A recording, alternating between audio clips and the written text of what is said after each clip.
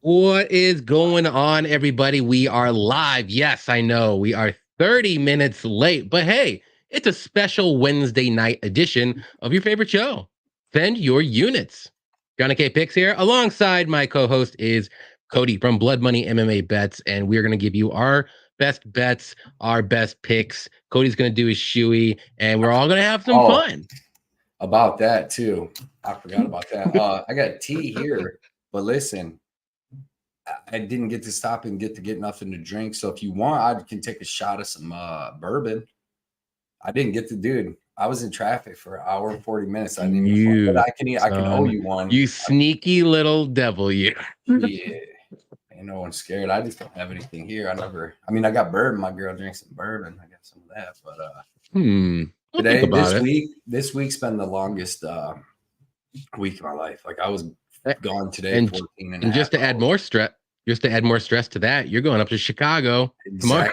No rest for the wicked, bro. Then I got to figure all this stuff out tonight. I got to get everything around. Yeah. But what you think about last card? How'd you like it? Real quick. It was a good card. It had some good fights on it. I had to go over to my buddies and watch it. Man, I can't stand going and watching fights with people. My other buddy brought his buddy. Not even me. Cody doesn't even like going to fights with me. No, because my buddy had his buddy come over. He don't know nothing about nothing, and he had like $6 on Lupi Godinez, and he's like rooting for it. And he's like, "I'm gonna win $18." And I'm like, "Dude, I got $300 on this stuff rooting." But other than that, that's why I like sitting at home by myself watching them. That's funny. It was I thought it was a good card. I mean, I actually enjoyed every fight. I think there was some good ones. I don't even think there was a boring fight. I mean, the most boring fight that I could think of was probably like Castaneda, yeah. But even then, it wasn't even that bad. Like that's a main card fight for a fight night. So I was okay with that. Yeah. It was a good fight. Yeah, man. Yeah, sorry about being late though. But yeah, I had to work over and then got stuck in traffic. No worries. I don't hate you that much. So. I'm not gonna fire you or anything. This guy. All right, we'll go through the chat here real quick and we'll say hi to everybody and then we'll get started. I know we're running a little late, but hey, we're here. It's all good. We got Mushroom in the house. What's up, Mushroom? What's up, Johnny? What's up, Cody? Definitely check out Mushroom MMA on Twitter and YouTube if you haven't already. He does great work each and every week. Great breakdowns. Good guest on his show. So check it out. He'll have it on tomorrow night, I believe. This is not Thursday, so tomorrow night at 10 p.m. Eastern time. We got Yippee in here. What's up? Said, buckle up, guys. We got a heavyweight debate between these two cappers. It's time to find out who the real master debater is in the octagon of opinions. Let's get the battle going. Appreciate you coming out, Yippee. What up, Yippee? A Daz in here. Crusher Dust in moving. Let's fucking go. There we go. Pick 'em MMA. What's up, man? What's good? Jaden, our guy. What's up? He said, "What's up, chat? Get rhythm. Hi, guys. We got big money, New Jersey. What is up? Another week of awesome MMA content with our Lord and Savior, Johnny K, and Blood Money MMA Bets. Yes, indeed. Real quick, though, definitely check out Big Money New Jersey on YouTube. He just started it up a couple days ago. He's giving out his bets for NBA, I know for sure. I don't know if he does any other sports. Check it out right now. Go to YouTube, Big Money New Jersey. That's right there. Check it out and go subscribe. He puts out his bets every day that I know of. He's only done a couple videos, I think, right now. If I'm wrong, Big Money, let us know. Definitely check him out right now. We got Lou Betcha in here. What's up, Lou? You said John and Cody on a scale of 1 to 10. How excited are you for Morel Orolbai? Is that weird guy that we were just talking about, Cody? Cody Fight Week. You know, I guess I'm excited. Everyone's just on this guy. I have not done any research on this guy whatsoever, I will admit. So picture looks like a Zalgalskis older, bigger cousin or something. That's exactly. But yeah, I'm excited. I seen him knock out that dude with all the hair. But what up, Kiwi? Yep. I mean, definitely check out Lou on MMA Engine on Twitter. Not Twitter, I'm sorry, YouTube. On Twitter, check out Lou Betcha. He puts out all of his bets as well. He does amazing shows on MMA Engine on YouTube. So I think he's doing a show right now. He probably just stopped in. Oh, yeah, definitely check him out. We got Kiwi Brew in here. What is up, Kiwi? Cheer all. As appreciate you always coming out. That's me. Never mind. Snerius, our guy. What's up, Snerius? Appreciate you coming. Kiwi, keeping the lights on while we're not even here. We appreciate it. Appreciate the dono as always, Kiwi. Shout out to Kiwi too for giving me a donation too. Hell yeah. Yeah, off the book. So Kiwi's there we a great go. guy. Appreciate that, Kiwi. That's awesome, man. We got Nate Brown. What's up, man? Cody's been working hard like a dog. Too hard, man. It's not my style either. I'm more of a thinker than a physical bust your butt worker, man. That's right. We got Carlos in the chat. What's up, Carlos? CJ UFC picks. What's up, y'all? Here to defend my units. Solid early afternoon card before we take a few weeks off, sadly. Yes. So, yeah, I like it. I think it's all right. I mean, it's not as good as last week, but I think it's pretty good. Did that UFC Shanghai card or whatever get canceled? You see that? It's not canceled. It's moved to Las Vegas, and they're not doing the road to UFC fights there, though. So I think there's only going to be like 8 fights. So I don't know what they're going to do. Like if they're going to add fights or what. They got a couple weeks or 3 weeks to figure it out. So you could probably add 1 or 2. But we'll see what happens here. Definitely check out CJ UFC picks though on Instagram, YouTube, and Twitter. He does breakdowns as well. T Money MMA, what is up? T Money, look forward to the Leavitt and Hooper debate. Okay, we'll see.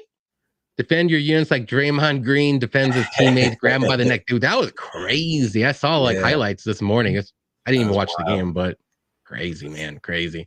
Got him. This was a Hooper from 2 years ago. I would say it's light work for the Monkey King, but Hooper is improving. So I think Jordan can take him down. Take him late, but shows he's the better and still he's improved. We'll see. We'll get there. We'll get there. Jumbo Loco, what's up? I got a heads up this time. Remember, let's make some money. Yes, sir. Speaking of yes, sir, any action, Effie is in the house. Definitely check him out on Any Action Sportscast on YouTube, Twitter, and Instagram. Great bets, great reads last week, guys. Let's keep it going. Appreciate that, my guy. He's also on the Flyers versus Canes under 6. So definitely check that out on NHL if you want a degen bet. He does great hockey bets, so check him out. Cody's busy reapplying. He was getting all dialed up. If you want, bro, I almost snapped at my job yesterday. I was so mad. At 10 in the morning, they turn on the heat and we're in a paint booth. We're in like a scuff. It's called a scuff booth, and I'm in there, dude, and they turn on the heat, and only on my job, like I got like a 10, 15-foot area, only in my job, dude, it was like 90 degrees of just like sitting in your car heat. And I kept telling my team lead, all these people, supervisors turned off, dude. It took them like 5 hours. Now my lips are still chapped. I rode home, they were burning. So I had to make a video yesterday, and they're like bright pink. That's crazy. We got Pink Floyd in here. Said after all the praise I gave Darren, I might just be a simp. At least Loopy won. I never again. Barely. I'm never betting Mackenzie Dern again. Oh, I don't. Motherfucker. If I think she's gonna win, I'm just gonna stay away. I'm not betting it because if that's a Dern I'm gonna get every once in a while, and she's not consistent. No, thank you. Dude, these freaking cancellations and shit they're pissing me off so bad. Like last week, my last bet that I put in was Mackenzie Dern, and that was only because I had max bet Ribeski, and it got canceled against Nurillo. And you seen what he was going to do to that mofo. You seen and no, I agree. Every week, dude. I think maybe out of the last 6 cards, you already had one bet canceled this week, so yeah. And then I had a draw last week too with Slavoclaws, man. I can't get no good can't get no luck, man. Cesar Almeida was gonna put the hand, dude. I had a bet on him too.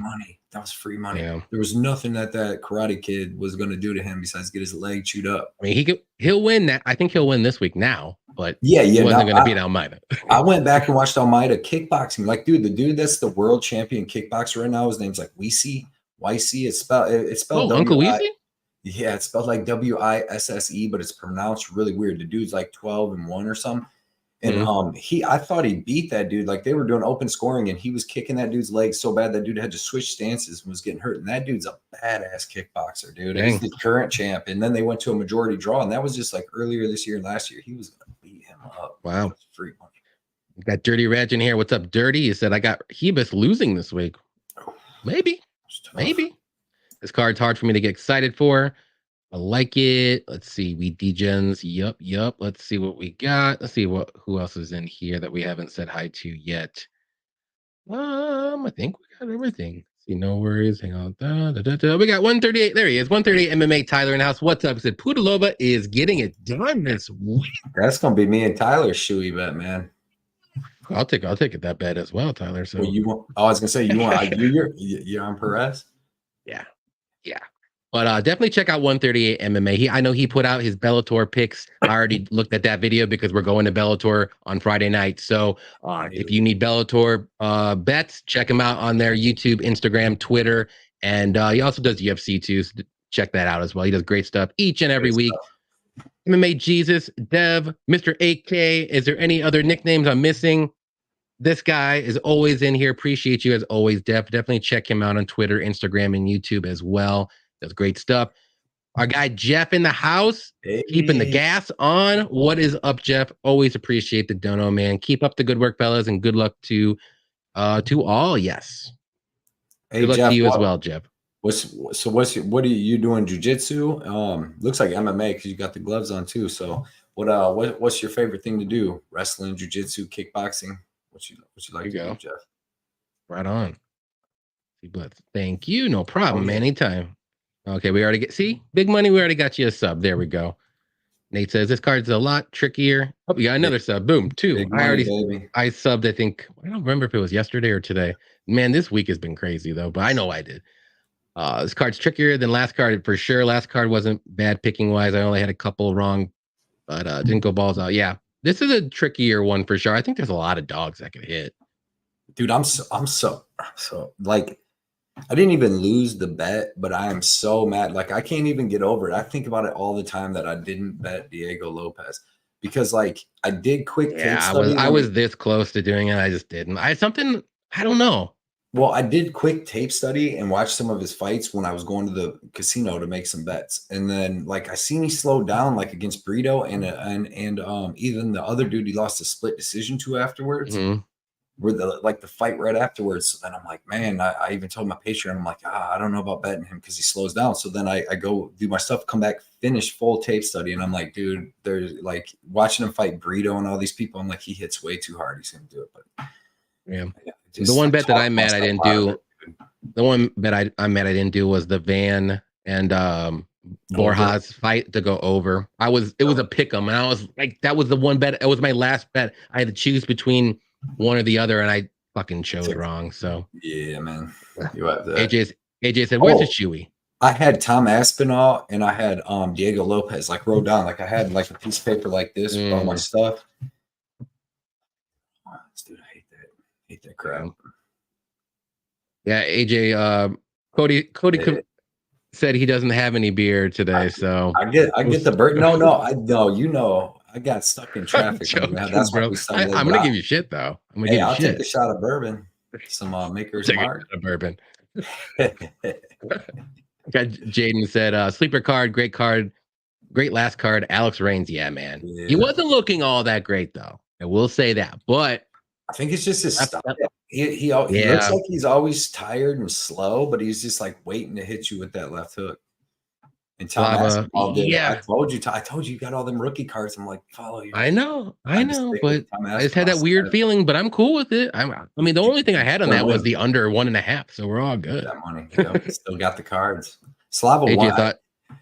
Man, that's such a close fight. I thought like that wasn't a bad 10-8, man, but that second round, I thought he was done.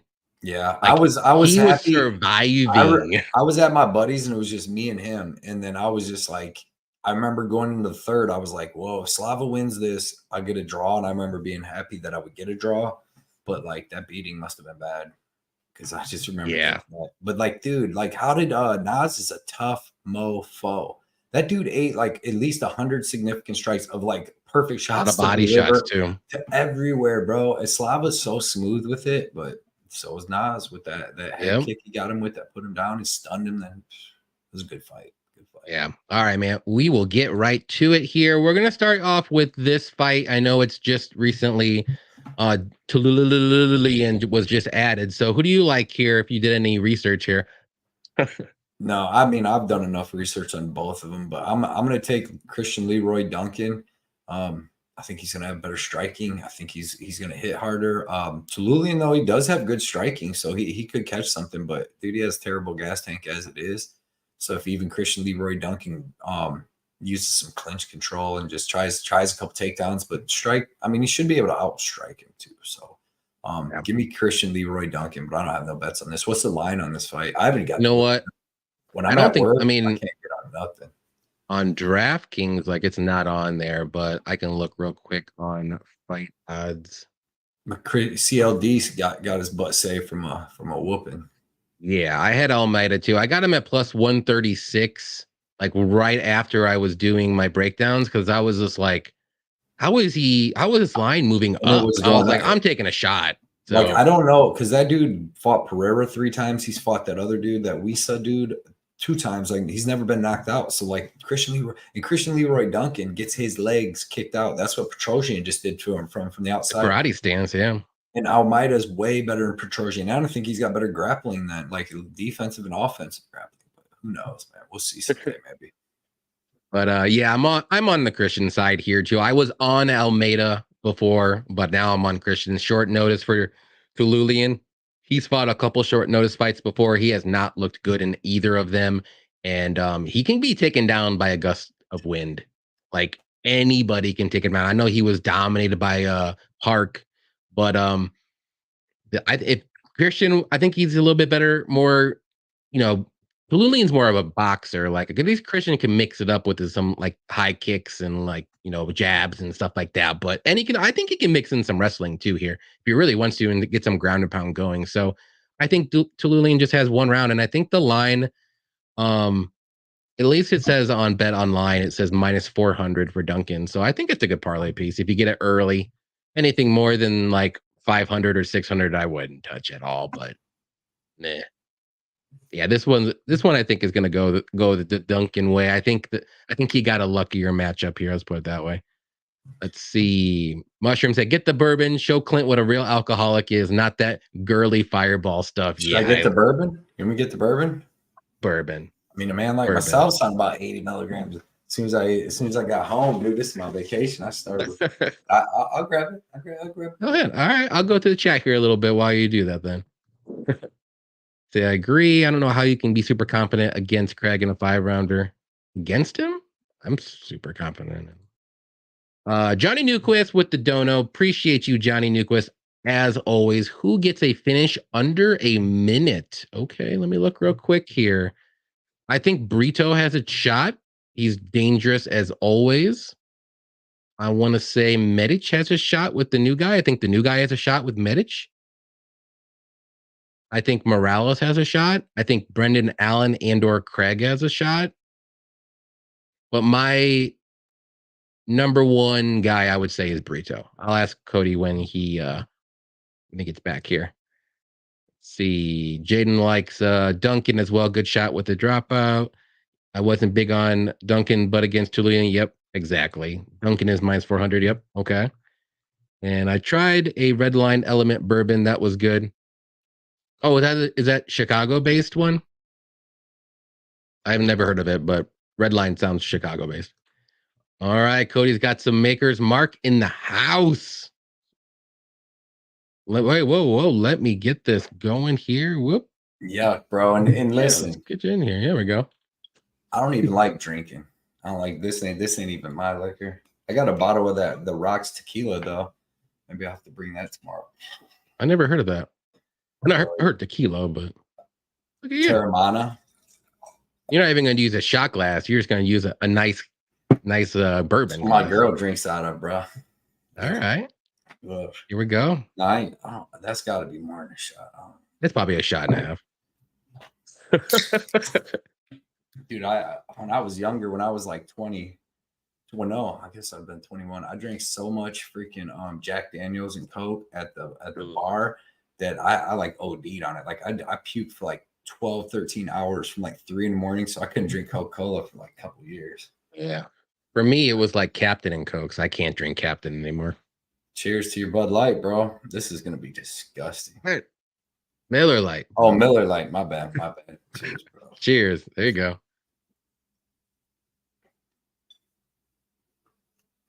It's not as bad as you think. It's not as bad as you think. It'll loosen you up. Put some hair in your chest. There we go. But then it's good because then I'll turn into Frank the Tank. That's why I hate drink, because then it's like you do it makes you feel great. Break the tank. Love it. Johnny Newquist had a good question here with the donation. Who gets a finish under a minute? Who do you think? On this card, Hope you say the same person as I did. in under a minute? Yeah. Who has a shot, you think? Probably freaking Mr. Paul Craig, maybe. Something like that. Okay. Hopefully, so either Michael Morales, Jekka Saragih, or Paul Craig.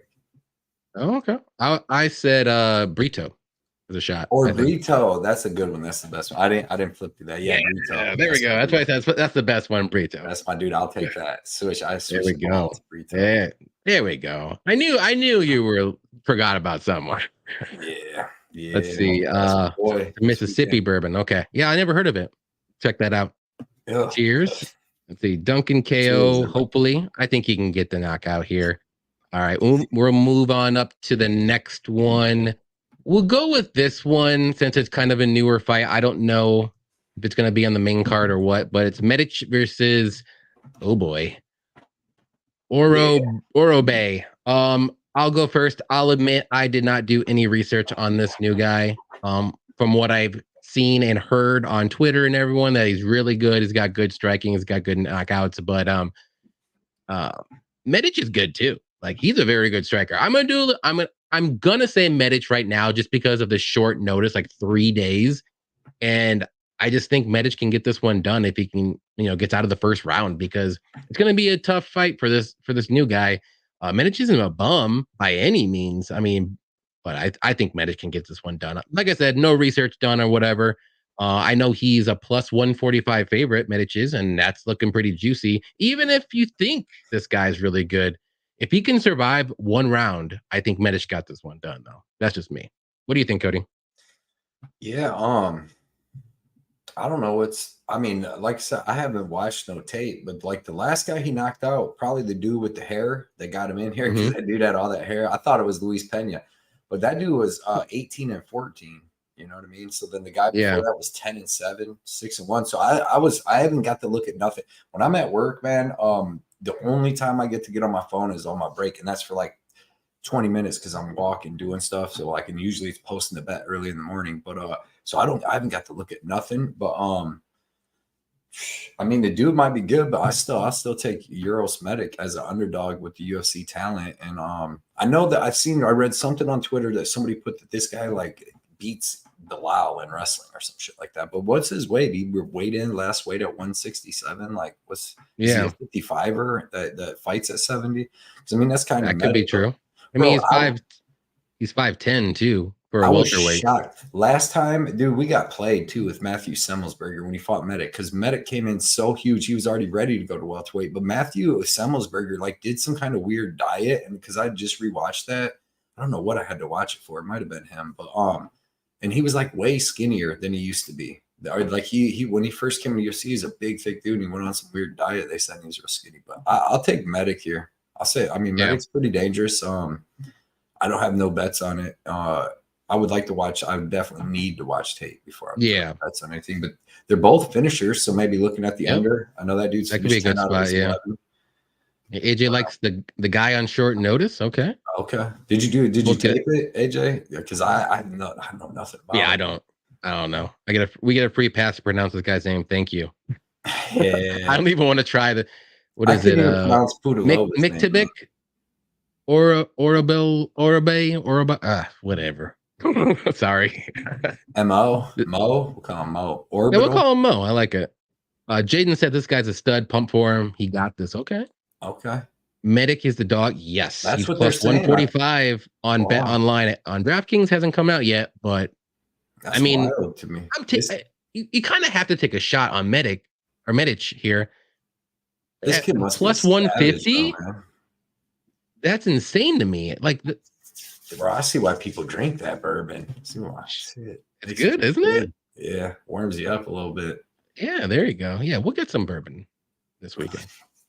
All right. I'll have to get you a drink. Let's go to the fights here that are at least scheduled and not changed. Lucas Alexander versus Jekka Saragih. Who do you like here? I want to put for the record that like I did some bull crap, dude. Like I don't know why, but I really think Saragih. I picked Lucas Alexander. Like when I got home, there's 2 fights that I didn't have somebody wrote down for, and I picked the other people that I really think's gonna win. Like I think Saragih at the dog price that he's at has a great chance to win this fight, man. He has KO power in both hands, both of his feet. He's super fast. Like, and this is just gonna be a striking match. He's coming down to 145 and he's fighting a striker. He was up at 155, which Joe Blee's a pretty big 155er. He's like 6'1". But he ain't got no gas as far as like bigger guys. But Jekka came in at like 153 there, and then he just was way bigger and he just out grappled him. But if this just stays a striking match, like Jekka Saragih is a dangerous striker. Lucas Alexander, he's a good striker too. I really like his leg kicks and that, but he was like, fighting Steven Peterson, who was retiring, and was like basically like I mean, I don't want to be mean, but he was just like a walking punching bag. Like basically, Alexander's just moving around, hitting him with whatever he wants. He was so much faster and just better. But this is going to be a great fight. Like I said, Alexander, he's got like 100 kickboxing fights. Great kicks. He's got decent hands, but I just think Jekka has way more power. So for the price, whatever. I mean, he's at like plus 350, 384. Like 375? Probably more now. Jekka Saragih. And I think because people are fading him because he got beat up by Jubilee at 155, but that's a whole different fight because Jekka's a legit striker. Like if you go watch that road to UFC, dude, he was knocking dudes dead. I mean, it was sounding like they were getting hit with bats. And I know Lucas Alexander's like a little bigger and maybe better, but if these dudes are just striking Jekka, his like lead leg liver kicks are crazy powerful. It's crazy how much power this kid can generate. But I didn't bet on anything, but at the price, I would bet on Jekka Saragih, like honestly. And Alexander's good, but I mean, I don't know. I think people are like, oh my God, Jubilee sucks, right? And he got beat by Jubilee, but it's a whole different fight and ball game and weight class and a whole different style. Like Lucas ain't going to come out here and just wrestle Jekka. If you watch Jekka, he actually has some decent takedowns and grappling in his other fights, but I don't know, man. He could starch Lucas Alexander at any point because he throws such crazy strikes. So give me Jekka at what he's at plus 350 or something. That's crazy. It's crazy. Yeah, I'm on the Lucas side here. I think he gets this one done. I got him in a parlay kind of early, so I didn't get him at like minus 550 where he's at. 535. He keeps going up every freaking time I look at the DraftKings, but I think I like his striking a little bit more actually than Jekka, to be honest. Like Jekka throws a lot. He does have power, you're right, and he could knock him out. But I think Lucas is a little bit quicker, and I think he's a little bit more technical too. I think the better grappling could be Alexander too, but I don't think he's going to grapple unless he needs to. Let's put it that way. So we'll see what happens here, but I just think the better, I don't know, I'll say it. The better fighter, I think, is Alexander. But there is a shot that Jekka can get this one done and get a knockout. But I think that's going to be his path to victory is a knockout. If by some chance this goes to decision, though, I think Alexander has a shot. I think he can get a knockout as well. And maybe he even can get a submission too. Who knows? We'll see what happens. But we'll see what everyone else says. So Jordan isn't the only Mo on this card. Nope. Not anymore. Nope. MO.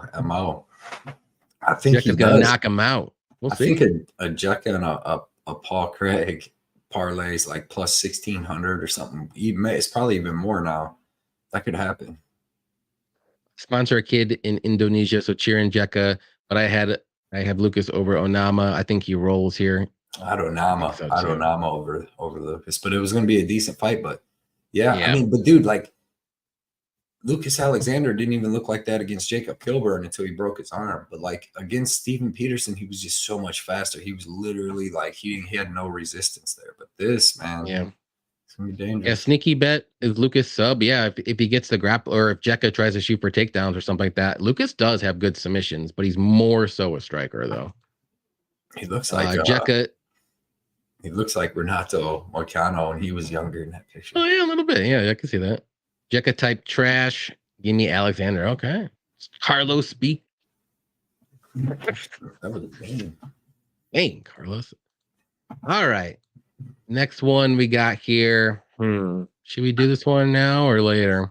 Let's get it on, man. All right. Order of the gods. We got Charles Johnson versus Rafael Estevam. All right. I think it's my turn to start this one off. I will start this off by saying I've seen enough of Charles Johnson to know he just, if he has to fight any type of wrestler and or grappler, he's more than likely going to lose a decision. And this is what I think is what's going to happen too. Obviously, Charles Johnson's going to have the better striking. Johnson does have pretty decent get up game, but his takedown defense is awful. He will get taken down every time. And I like Estevam here. I don't think his wrestling is as good as like a Mokaev, if you want to say, but I think it's good enough to where I think he can get those takedowns. I think he can probably control him later in the rounds. The first round is going to be tough for him to control Charles Johnson, but that's only going to slow Charles Johnson down a ton because he slows down as the fight goes on, and he's super low volume as the fight goes on too. So I don't even know how he's going to be able to win this fight personally. And it might sound pretty harsh, but I can't trust Charles Johnson. Like the only fight he won and looked good in was Jimmy Flick. And he didn't beat Zalgas, guys. I had a Charles Johnson ticket. He did not beat Zalgas that fight. So I'll take a shot on Estevam at a close to a pick 'em here. And I got a bet on him. And I think he gets it done. I think he gets done by decision. If there is a finish, I do think it could be Estevam. So that's just me. What do you think, Cody? Yeah, so you're more fading Charles Johnson. I didn't hear you say too much good stuff about Estevam. It was more like He's got good grappling. Yeah, It's got good wrestling. It's got good takedowns. I mean, his striking really isn't all that great, but it's got decent kicks. But he's going to get this fight to the mat. Right. There's a couple things though. Like, you said Charles Johnson gets tired. It's because he took a couple of them fights that he got tired on like 12 days notice. So he had a full camp for this one because like O'Day, who else? There's another one. But and then we can't just throw Rafael Estevam in there with Cody Durden and Mokaev. Like he's just going to do the same thing. I think he can do maybe not the same, but a good blueprint. Yeah. Yeah. The blueprint's there, Cody. Yeah, but the blueprint's there, but you still got to be Durden or Mokaev. You know what I mean? That's a hard their blueprint of having the motors they got. Well, also too, they were much smaller than Charles Johnson. Estevam's about the same size as him. Yeah, I don't think that dude has that great at cardio, to be honest. Like it's not terrible, but I don't think it's that great. Like I watched him fight the dude before his Contender Series fight, and it was a Brazilian dude, and they grappled the whole first round. And when they came out in the second, like Estevam took some like sloppier shots, but the other dude was already so gassed himself that he ended up getting the takedown and beat him up. The difference here is like, and then on the Contender Series, I don't think that other guy that he fought was that good. Well, I mean, he might be like decent in jiu-jitsu off his back, but he just wanted to lay on the ground. He used all his energy in one round. Like I think Estevam's going to come out. The best thing is his striking is no bueno, dude. You watch this guy strike, he throws some kicks and stuff just to like crash the pocket, but he's fighting lower level guys. So he's just going in there, getting the takedown, or they wanted to get taken down. But like, I don't think his wrestling is like crazy, crazy good, but I think that he's going to come in here, take Charles Johnson down. You've seen with Mokaev, you've seen with Durden. Durden took his back, and that was really good. And he looked tired after the first round, but Durden pushed through it. He's got a special cardio too, man. That dude's really good. But I think Estevan's going to come out. His striking sucks. Charles Johnson's going to be able to touch him up. So he's going to be scrambling. He's going to be trying to wrestle. And his ain't really like a jiu-jitsu where he's taking dudes down and then just going to the next position and choking them out. He wants to ground and pound you. Well, if you watch Charles Johnson versus Durden and Mokaev, there's not really no ground and pound. They take him down. He's huge. He stands back up. They hold him on the fence. Don't let him move and stuff like that. But the odds that Estevan's just going to take Charles Johnson down and ground and pound him, you can watch all his fights. That never happens to him. And then he's got excellent cardio. So I think the first round is going to be scrambling. Estevan's going to be having to like consistently wrestle because I don't think his striking is all that great. And then I think that Charles Johnson comes out in the second round, completely shuts the striking down. I think this dude's tired because he's only a grappler. And I think once his you see that jiu-jitsu across his chest. Once his grappling don't work, I think Charles Johnson beats him up. I think to think that this dude's as good as Durden and them is I don't believe it. So Charles Johnson's so hard. No. I'm not saying you did, but like Charles Johnson's big dude and he's hard to hold down. And I think on a full camp, finally, he hasn't fought in 6 months. He's coming in on a full camp. He knows what he's getting. This dude has trouble cutting weight too. And I don't think that he's as good as like, I think he's just a Brazilian jiu-jitsu guy with decent wrestling and okay cardio. And I think that Charles Johnson can beat this dude. All right. Especially at plus money. It's a shot. But like I said, if you can wrestle and you can grapple, I think you can beat Charles Johnson.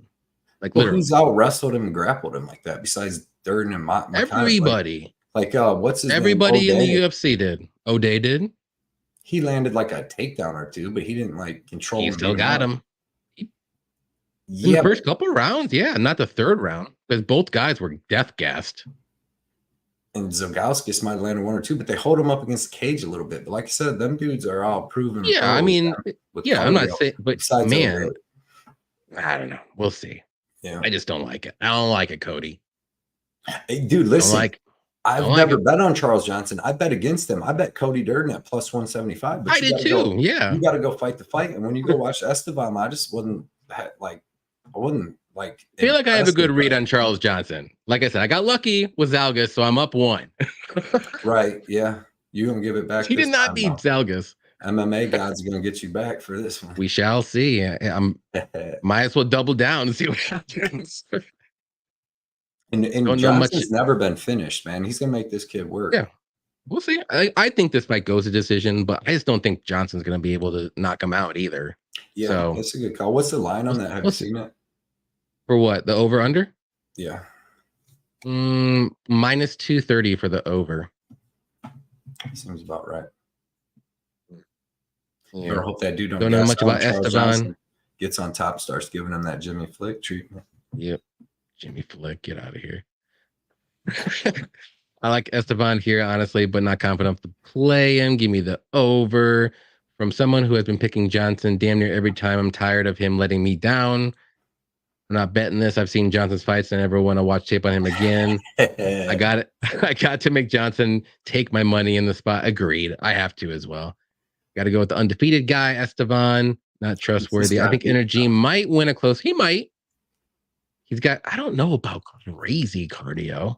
He's got good cardio. I think he slows down, dude. And I don't even care if it's full camp or not. He's low volume too.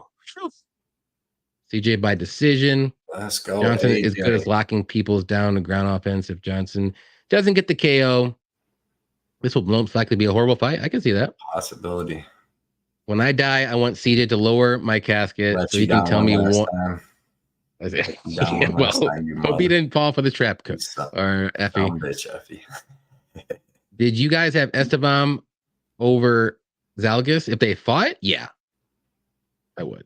Why? You think this dude just take Zalgauskas down? No, I just don't think. I don't think I saw Zalgas in his last fight. I don't. I think Zalgas. Well, listen, I don't think Zalgas is that good. Fight again, dude. Do you see what Joshua Van just did? He's gonna beat a lot of people down. But this dude is not. This dude can't strike that good, bro. I'm telling you right now, Rafael Estevam ain't a good striker at all. I'm not saying I never said he is. But listen, if he throws these awkward kicks and shit to crash the pocket, and gets Charles Johnson down, Johnson gets back up. He don't want to strike, dude. And he takes him down again using all power. 2 minutes left in the first. All right, now he can't get him down. They back up the space. This dude can't strike. As soon as he starts not getting takedowns, he's getting beat up. No, Estevam, they ain't even been winning in the UFC either. DeCasey. Well, neither has Charles Johnson. So got more wins than that guy. It's because he's never been in the UFC yet. My point's proven. Case proven. Never watched tape again. Spend your years to love it. Well, hey, it is what it is. Yes, sir. This fight's gonna suck, but it's what it is. For you, MMA God's gonna get you back. It ain't gonna suck for me. Just gonna suck in general for everybody. Chad Anheliger versus Jose Johnson. You can start this one off, Cody. Another fight that's like hard to get a really good read on. You know what I mean? Because like Anheliger is decent. He's got decent little pop in his hands, and then he's also not that good. Like it's kind of weird because like even against like Jesse Strader, he's kind of getting pieced up a little bit in that fight. Got taken down. And then when Strader started slowing down, that's when he hit him with the decent shots at the end of the second, finished him in the third. But he got freaking beat down by Alatang, man. Like he beat him down, like hit him with like rocked him like 7 times. But the dude's tough. He's never been KO'd. He's got what, 4 submission losses or 5 submission losses. He's fighting Jose Johnson, who like, it's hard to know how good he is for 3 rounds, because it's weird. A lot of the bigger fights you see him fight more notable people, he's like wrestling and grappling them with them. Then you see the one fight where he elbows the Costa dude and sends him into seizures and stuff. But then you can go watch him get knocked out in 20 seconds by Motta Martinez. So it's hard to like see this dude go 3 hard rounds with somebody. But he's dangerous. Obviously, his elbows are dangerous. He's got good striking. He's big. He can be taken down, but he's got decent scrambling. You see him with the Jack Cartwright, decent with Ronnie Lawrence. But this fight, I see it being staying standing. Both these dudes are strikers at heart, and I just got to take the dude that's way bigger and just a little bit more dangerous. But I also don't feel comfortable taking Jose Johnson because he's got some damn losses, you know what I mean? And he could easily get caught with a big shot. If Motta Martinez is knocking you out in 20 seconds, Chad Anheliger could hit you with one of them crazy uppercuts, because he's like a fast little dude. Like, he's basically only boxing and stuff, but he's good at that, and he's got good movement, and he's super durable. So he's going to be in there most likely for all 3 rounds unless he clinches in and takes some of them elbows, dude. That's when I know everybody's probably mostly seen that knockout. That shit, that was sick, dude. One hard elbow, boom, dude goes face down and just starts like seizing. So I'm going to take Jose Johnson because, like I said, I like his attributes in this fight, and he's got a little bit more power, but no bets. Don't even know if it goes over or under or nothing. It's a hard fight to call. There's a couple fights on this card that are just hard to call, and then the lines are weird and all that. So yeah, I agree with you. I'm on the Johnson side here as well, but I'm not like confident at all. And I basically, the only reason why I went with him was because he's younger and he's got the height and the reach advantage here. Like, I think he's a little bit more dangerous, like you said too, on the feet. And if this fight does go to the mat and Chad gets some takedowns, like Johnson's, I know he looked bad in his last fight against Blackshear, but Blackshear is a completely different beast. But he actually has pretty decent like get up game, sub game place. He'll be safe on the ground, off his back and stuff like that. And he has some submissions too, off his back. So I think this is just a dog or pass spot. I that's what I would do. If you really want to bet this fight, bet Chad and Anheliger and hope for the best. Otherwise, just stay away, because I don't even know if it's going to go over, under this or this is like pretty low level for UFC. Yeah, they both got a bunch of regional scene losses. I know Anheliger hasn't really lost for a while before he lost to Hailey, but it'd been like sporadic fights. But yeah, man, this is a tough one. This is untrustworthy. Road all over it. Exactly. So I would stay away. Unless you want to bet, I would go with the Chad side, like always. Yeah. Let's see. AJ's like, AJ likes Jose Johnson decision, kind of like the under as well. Yeah. I don't know what the prop is yet. All those props from the prelims haven't dropped yet on DraftKings.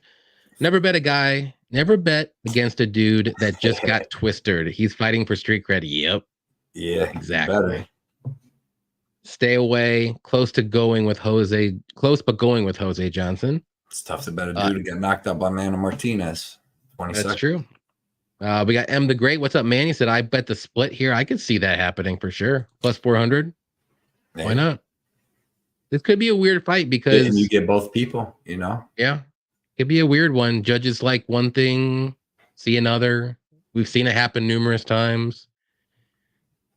Tabitha Ritchie, Lupi Godinez. The size and age and stuff, advantages with Jose Johnson, huge. What is he? He's 7 years younger, 8 years younger, and then what? He's like a 6-inch height. Yeah, 6-inch height, 7.5-inch reach advantage. It's crazy. He uses his reach pretty well too. He does. So you got real quick, Cody. Yo, did you think Tabitha Ritchie deserved a 30-27? Let's be honest. I thought it was 30-26. No, not at all. But all right, it was a close fight. It's just Lupi. It was a close fight, but I thought Lupi won. Lupi was one takedown away from losing that fight. In the first round, dude, Ritchie got so deep in the takedown, and Lupi defended. Like Lupi defended it, but her takedown defense looked good. I'm surprised that she defended all of those takedowns. You're lucky because like the striking was just like I said. I'm lucky. Lupi's lucky. Yeah, but it wasn't that difference of the striking wasn't crazy. I mean, it was definitely Loopy was better a little bit, but dude, Ricci was hitting her coming in, dropping her, hurting her. Yeah. Like, and if she would have just I landed think a one couple of takedown, those she it would have was a slowed down. stumble or something or a push off a little bit. It wasn't really like a Yeah, pop. but one takedown and like even in the third could have won her the third round, but Loopy did good takedown defense. Tough, but I'm still fading her. let her keep going up the ladder. I fade her. That's all right. It just wasn't. This wasn't the fight. It's all good. It's all good. All right. Had to get that one in there somewhere. This is going to be a great fight, though.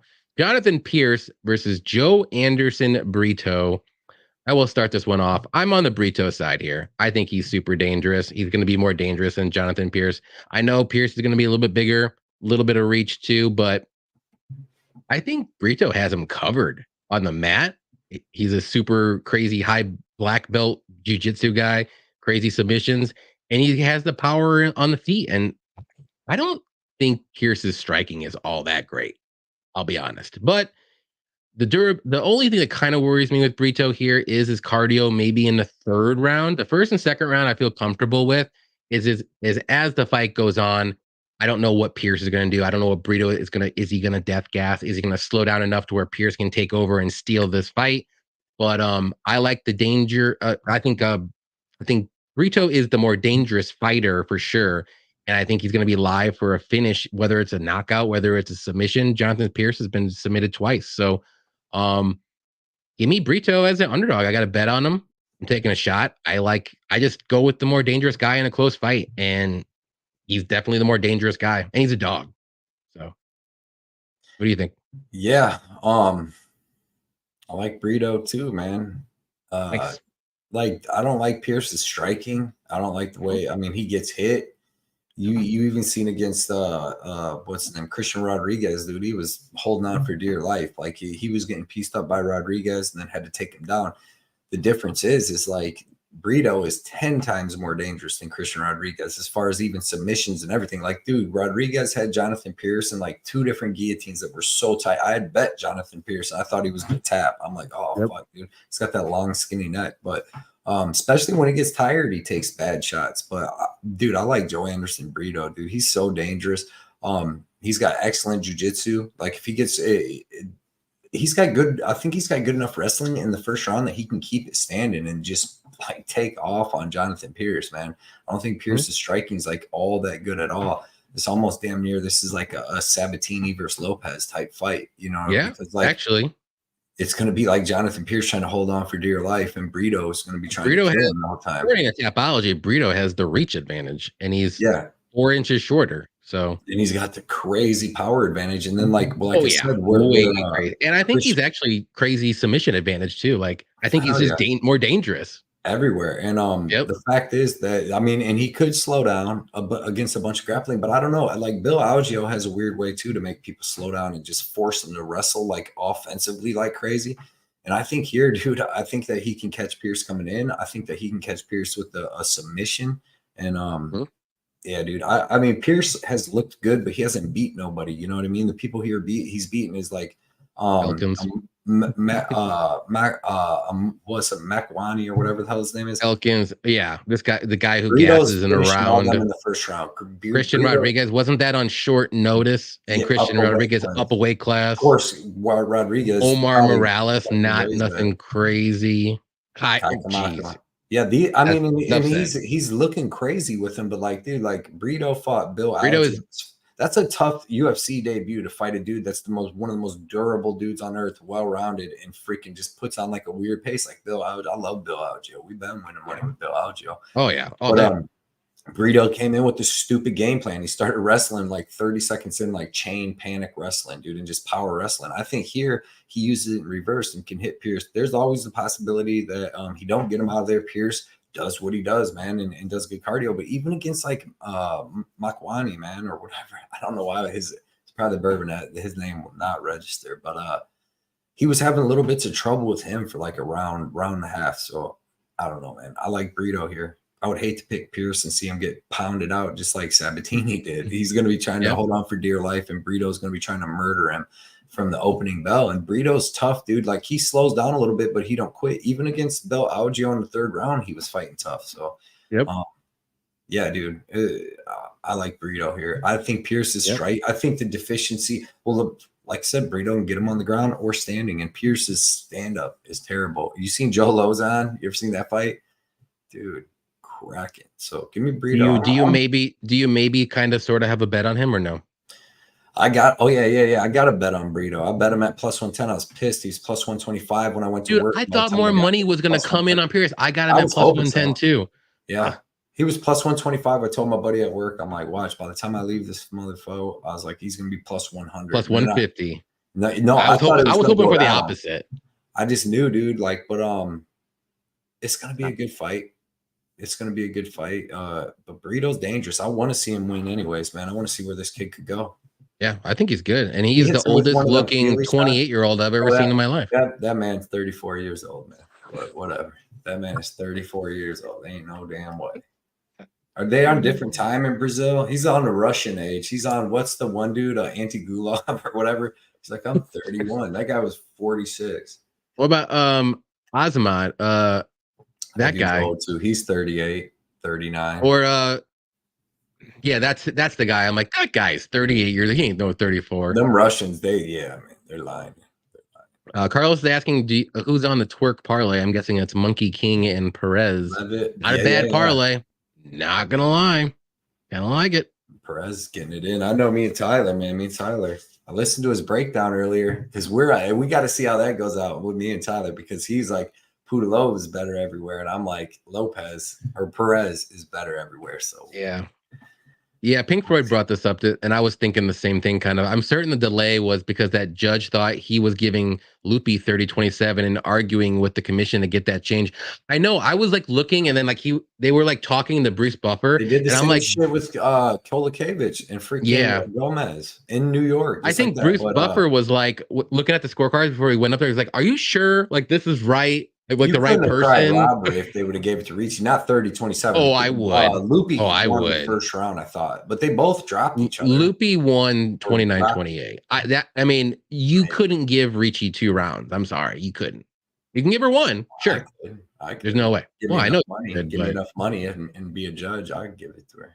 30. Telling you this now. Chad has 5 of 6 losses by sub. Johnson by sub is a decent lunch money play. Yeah, I agree. Especially club and sub too. Johnson does have legit subs. Tyler's right. Yep.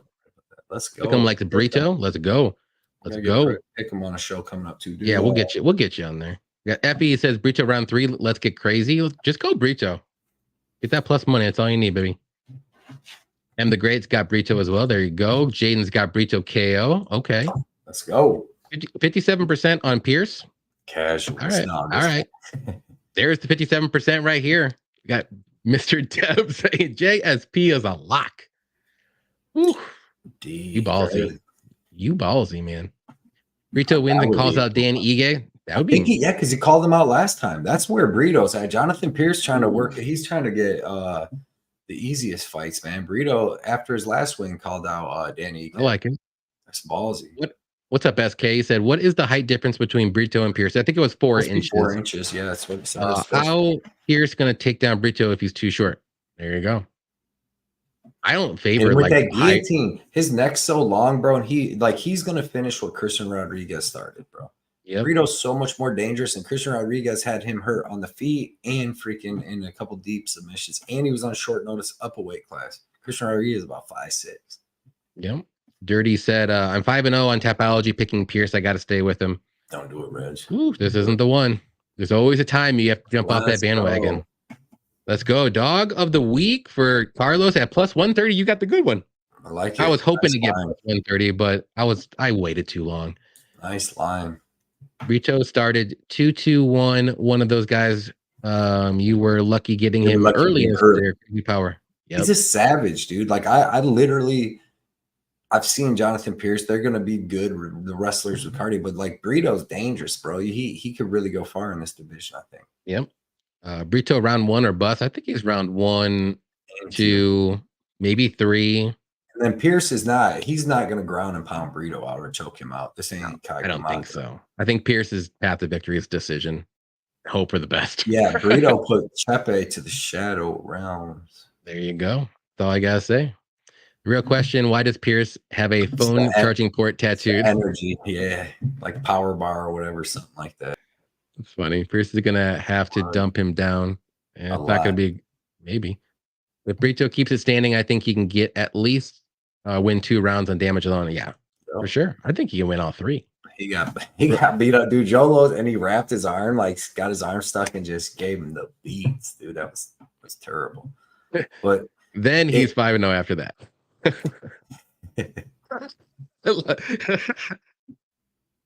Or he was supposed to fight Bryce Mitchell. I think he was supposed to fight. And then Bryce I was gonna say I don't. But I can't remember. You know what, Nate? I cannot remember. I don't remember RoboCop's 45, 43 to 45 for sure. How old is he really? Supposedly 31 or 2? Yeah, 27. Dude, bro, he's in his 20s. No, he's they not. Said that man's in his fucking I'm looking this up right now. He's 28. There's no way. What's the other dude too that dances that just fought and knocked out Petrosky or whatever? Oh, Slava? Michelle Pereira? No, Michelle Pereira. Oh, he's like 29. He said he was a fucking blacksmith in life and all this shit. You got 49 fights and you were a blacksmith too, dude. That dude looks like he's about 37. 31 years old. 31. Who? Gregory Rodriguez, 31. Pereira is like 29 or 28. Yeah. So he says. Yeah. Ain't no way. Dirty Red said Loopy won that fight. Of course. Debatable. It's debatable. It was a good Brito fight, has a good ground game. I think some people forget. Oh, he has an amazing ground game. Amazing. That's what I'm saying. Like a club and sub club, or if Jonathan Pearce takes the bad shots and spaz shots he was taking on Rodriguez, and Rodriguez is putting him in them sick ass, or if Brito just sweeps and takes Jonathan Pearce's back, rear naked choke, or Brito mighty dude. I've seen Makwan Americani got that shit right. You see that? There you go. Take Pearce down and stuff. And if he can, I mean, which he does have decent wrestling, he goes hard at first, but Brito is stronger and way better, and he could come out and take Jonathan Pearce. Man, this is gonna be good. Dirty Red just saying this right. Y'all better get in on Brito now because he'll be the favorite soon. Agreed. And that's why I took him at plus 110. I'm like, I waited like a day and the line didn't move. And I'm like, I better just take it now before it gets to like, because I really think Brito, it should be the favorite. Yeah. Burrito. Dorito. All right. Let's move on up. He is. Next one's going to be a fun one. Obviously, with all these heavyweight fights are always fun. Mick Parkin versus Kyle Machado. I think it's my turn. I'll go. Either way. I'm going to go with Parkin here. I think he's more well-rounded. I like his wrestling more so. Machado's a decent striker, but man, I don't think he's all that great. Let's be honest. But Parkin's fought low-level competition. He's looked good doing it. Machado's also fought low-level competition too. And then that Dana White Contender Series fight, that Machado, that guy, Kevin's, whatever his last name is, Fartsky. I don't even know what was he even doing. Shitfartsky. And if you can't finish that guy, Shitfartsky, yeah, pretty much. And if you can't finish that guy who wasn't throwing anything at you the whole fight, you can't finish him, you're not going to finish Mick Parkin and you're not going to win. So Mick Parkin's going to win this fight. I think he's going to be able to get the finish eventually. I don't like the line, though. I'm not going to touch this fight. If I would do anything with this, I kind of like the over 1.5. I think it's about minus 200 range or so. But I'm just going to stay away. I'm going to stay away from this one. I need to see more from Mick. And I just don't think this Kyle guy is going to win. Who do you think is going to win? I mean, I'm with you on that. I still don't really know how good each of these guys are. If you watch Mick Parkin, when he fought on the Contender Series, he fought that Nevins or whatever that dude's name was. But he was getting like that dude fights like Kyle Machado, where he was just like putting his head down, throwing big shots. And he was actually landing on Mick Parkin and then landed to take down Mick Parkin, got up. Dude did a little bit more of that stuff. And then Mick Parkin took him down because he was getting rocked a little bit, took him down and then choked him out. Dude was tired. But that's how kind of how Kyle Machado throws big old punches, like puts his head down and just wings big punches. I stayed away from this fight. I'm picking Mick Parkin because I think he can keep it standing. I think he's got good enough wrestling and he should be able to use his better boxing. But on the ground, Kyle Machado is dangerous on the ground because he's like a black belt in Muay Thai, a black belt in Jiu-Jitsu. I want to say one other thing, dude. So he's got like what's his finishing? What's he got? A bunch of arm bars or something like that? I think he's got 4 or 5 subs or something like that. Let's see. Let me get here. So like you never know, dude. I don't know enough about. He's got one sub. I think a lot of them are come by ground and pound knockout. Okay, rear naked. I don't know what I was thinking, but yeah, man. So I don't know. I don't know enough about these guys to really know. But I know Mick Parkin. He looked good against Pogues, but like, how good is Pogues? I mean, I think he's better than Kyle, to be honest. Yeah, that dude, the Shitfarsky dude. I'm telling you, I'm pretty sure that's Shitfarsky. Look it up, bro. I'm telling you. I think that dude was supposed to so funny. Oh, Shitfarsky. But give me love it. Dude, that was the worst performance I've ever seen on a Dana White Contender Series fight. Like the worst. And I think the reason why, if it would have lasted for like 2 minutes, I would have just wiped that from my brain. Like I can't wipe that from my brain. Like how did Kyle not finish him? That dude just kept trying to clinch him, lean on him. But yeah, true. Threw no punches. He was just a freaking. Parkin's good, I guess. So I want to see him. I want to see how this goes because I don't know much about each dude. Because like the other dude on the Contender Series didn't fight back. This dude's got a good record. They're big boys. Let's see what they do. But give me Parkin by like decision. Yeah, or maybe like a third round or decision for Parkin. Okay, I like that. I wonder what the props haven't come out for that yet. That's a good look, actually. Yeah. Let's see. But what do you think if Parkin gets this one down to the mat early? Like, do you think Machado's in trouble?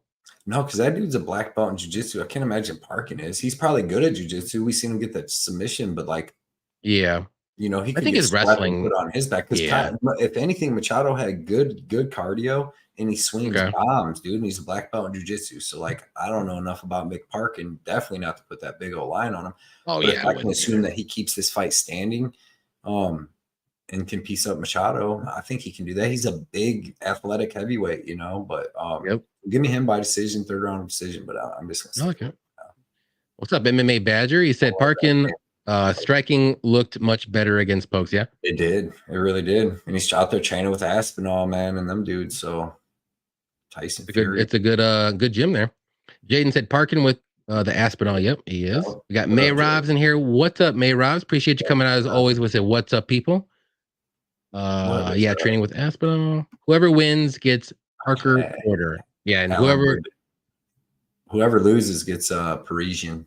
What about? I was going to say Josh Parisian. Big Money said Brazil fighters age line plus 12 over. Exactly. What's this guy? 22. I think he's 20 like 8 or something. 29. Yeah. So I mean, he looks 29. Right. I'll give him that one. I'm surprised it didn't say 21. That one though. It's the only one. Another stay away fight, but I bet the over at minus 180 parlay piece. I don't mind that. I don't mind that at all. Minus 180 for over 1.5 or 2.5. Yeah, 1.5, right? One. Yep. Yeah, I don't mind that at all, man. But that dude, that Machado dude's gonna be throwing big old bombs, man. And they're in the small. I don't think he's gonna be able to. If he can't knock out Shitfarsky, he ain't gonna knock out Mick Parkin. Yeah, but Mick Parkin's gonna be throwing back too. Shitfarsky didn't want to fight, bro. He didn't want to fight. He didn't want to be there. I wanted you to say Shitfarsky. Shitfarsky, bro. He didn't want to fight, so no, he didn't want to fight at all. It was awful. Yeah. So I don't know. I don't know enough about these two dudes, but like I said, I'm gonna go with Parkin, just seeing a little more out of him. Yeah. I know that dude fought Jordan Main's dad from Canada. Oh, really? Yeah, Jordan Main used to fight in the UFC. His dad's like 56. He was like the grandpa Nate or something like that on his thing. But other than that, man, Parkin by decision, third round decision. Yeah. I gotta read Jeff's right here because this is fantastic.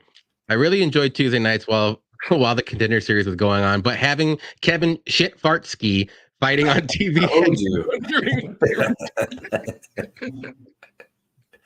Oh man, it gets me every time. That was terrible. It was so bad, dude, and it lasted all. It seemed like a 5-rounder, to be honest, dude. And they were hyping him up, being like the next freaking Jan Blachowicz or something. It was insane. Trains with John Jones. Yeah. He sought out John Jones to get his expertise, and he went in there. We got Mayrobs with the dono. Appreciate you, Mayrobs, as always, man. I hope you had a good week last week for winning your bets, I should say. Yeah. It's a great week. I have a feeling. I like that, dude. Good vibes, man. Yep, there we go. That's what we need. Go. Got to go with Parkin, feeding off the Aspinall energy. Agreed. He fought Jordan twice, not just once, Cody, twice. 2 times.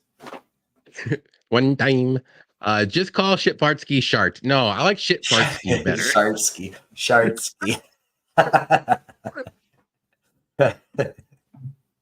Dude, like I said, I ate about 80 milligrams of edibles right when I got home, and I've been working.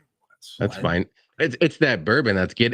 It's collaborating with the edibles. Look at you. It's Saturday night here. So. All right, if Tyler's here, let's see what he says after this one. Oh, Pudilova versus Alan Perez. Nurmagomedov. I said Nurmagomedov. I don't know what. Don't run it back. Look at clips here. Clipping is illegal. That. You clip. Look at the nickname. I'm not going to say it, but look, that's her nickname. Nurmagomedov. The what name? Name. Come on. Come on. How do you start this one off? God, we're getting crazy. Yeah, man. You and your liquor, man. Keep one shot and you're done. You can't even have it anymore. So I don't drink, man. Yeah, man. So Pudilova, like she's looked better since she's came back to the UFC. Of course, she's fighting the lowest level of competition in the UFC, and girls that can't grapple whatsoever, like Jocelyn Edwards. That's always the blueprint to beat her, which I watched that fight, and I just don't really remember. I don't know. When did they fight? Because I just don't remember being on Twitter about it or anything. But like Pudilova clearly won the first and second round, dude. Like I had an Edwards bet. I forgot the decision, bro, because I didn't have no bet on it. But I'm like, what? How did they give it to her? That was crazy. So yeah, it was a bad one.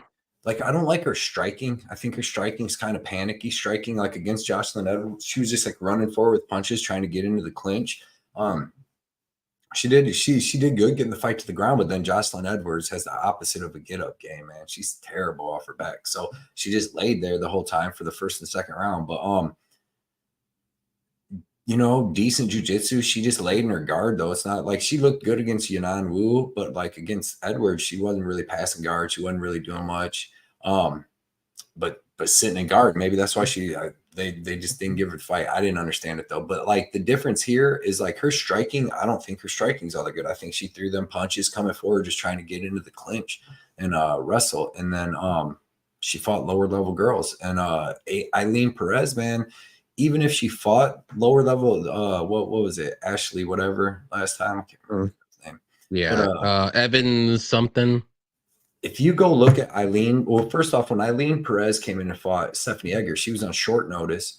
I believe they might even have fought at catchweight, but either way, look at her body style in that fight versus when she fought the last girl. Like she's in complete shape. She's like in complete shape in that fight. Showed good boxing with power and was throwing combos, which was like her boxing to me with her power is way better than Pudilova. Like, I don't think Pudilova is going to want to stand in this fight with her too long. But the difference is I don't think she can wrestle. Take down Perez. There's no way. That's what I'm saying. I don't think she can out wrestle her either. Like, Pudilova has decent wrestling on top against Yanan Wu and against Jocelyn Edwards. But before in the UFC, when she's on her back, dude, she's not getting up and doing stuff. And that was just a couple years ago. But dude, Perez is so aggressive, which Pudilova is too, but she's not like, she don't seem that physically strong. Like Perez is like a beast to me. She hits hard, throws good combos, has good wrestling, really physically strong. She's a little bit lower to the ground. I mean, she's thick. Pudilova's tall, skinny. Perez is thick. Good wrestling, good jiu-jitsu, good ground and pound. Even if Pudilova gets up, she's going to keep taking her down. I really like Perez, and I really actually think that she could go decent way in this division because there's not that many great grapplers. I mean, there's not that many great bantamweights to begin with. What about Chelsea Chandler? Chelsea Chandler put a beating on Pudilova probably too, but is that her name? Or is it Chelsea Handler? I can't remember which one it is. Norma Dumont, the weight bully. I can't wait till she gets beat down. Dude, she lost to Macy Chase on. All right. Perez, dude. Perez is going to beat Pudilova. I think she's got better striking. I think she's got more power. I think she's got better wrestling, and I think she's got just as good, if not better, ground game. And I think she's going to dominate Pudilova, to be honest. Yeah, I agree with you. I'm all over Perez. I think she gets this one done, and I'm not saying Perez is the next, bantamweight champion by any means, but Pudilova, I just don't think she's really all that great. Yeah, she beat Jocelyn Edwards, but she didn't look that good. Clearly, the judges didn't think she won that fight. She did, but clearly the judges didn't think so. Perez would destroy Edwards, and I think she's going to destroy Pudilova here. I think the wrestling is going to come into play here with Perez. She's stronger. She's going to be a little bit thicker, like you said. I like her striking and the power. Pudilova is just more so volume, pop, pop, pop, and it's not even that good. But I really think Perez is going to get her up against the cage and then take her down and work ground and pound and stay on top basically for most of this fight. So that's the clear advantage I see here that Perez is going to have, is the wrestling and just being stronger and being a bigger dog. Like I don't want to say she's a junkyard dog, but she's a dog and she will push forward. And I like her cardio too, for being as like thick, if you want to say. She's got good cardio too. She can go 3 rounds of fence, pushing and grappling and striking. Like, she's not going to gas out. So I think Pudilova's in trouble here. And I think it's a good price for Perez if you got her, especially under minus 200. I'm pretty high on Perez, and I don't see Pudilova going that far in the division. Like, she's an aggressive girl, dude, and she's big and she's mean and she's cocky. She's got all that stuff. And usually, well, not usually, but most of the time, them girls or dudes like that, they got all that, they're gonna go a little ways just because they believe in themselves more. But exactly. Yeah, dude, I think Perez would beat Jocelyn Edwards clear. Like, Jocelyn Edwards gets taken down one time, she's done each round, and Perez is obviously strong enough with good enough wrestling to get her down one 100%. Time each round. But this would be a good fight, man. It's a girl fight. It's going to be a good fight, but I honestly think Perez is better everywhere. I got her at minus 150 when I bet her. Yeah. I got her at like minus 165 or something like that. I don't think Pudilova is that good.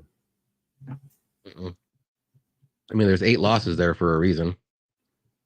Miguel, what up, man? What is up, Miguel? He said, Canada. I've heard worse. I've heard Canada. What's up, guys? What up, Canada? Yeah, Canada. This is the weekend for smashing. There you go. I love it. Smashing. Donnie, what's up, Donnie? He said, wait, how long has she had Nurmagomedov as her nickname? I don't know. She set the bantamweight record for takedowns, 12 takedowns in the last fight. That's right. So she was, which I loved her name, Fiona. You know what I mean? Like from Shaq, like she turns into a monster and all that. But yeah, man, she's gonna beat up Pudilova skinny. She's skinny. Pink said, I've been aggressively low on Perez, not sold on her, but she's going to curb stomp Lucy, literally draw a sprinkle. I had her at like plus 160 against that Haley Cowan, and she would have beat the crap out of her too. Perez, remember in that fight guy can't do. Yep. Johnny, that was Joe Rogan-esque. Yeah, it was. Yeah. Oh, here he is. Tyler's here. Pudilova is better everywhere. Perez isn't that good. She's just aggressive. That will only work so long. Yeah, and it'll work in this fight. It'll work in this fight, Tyler. Get her to the top 10.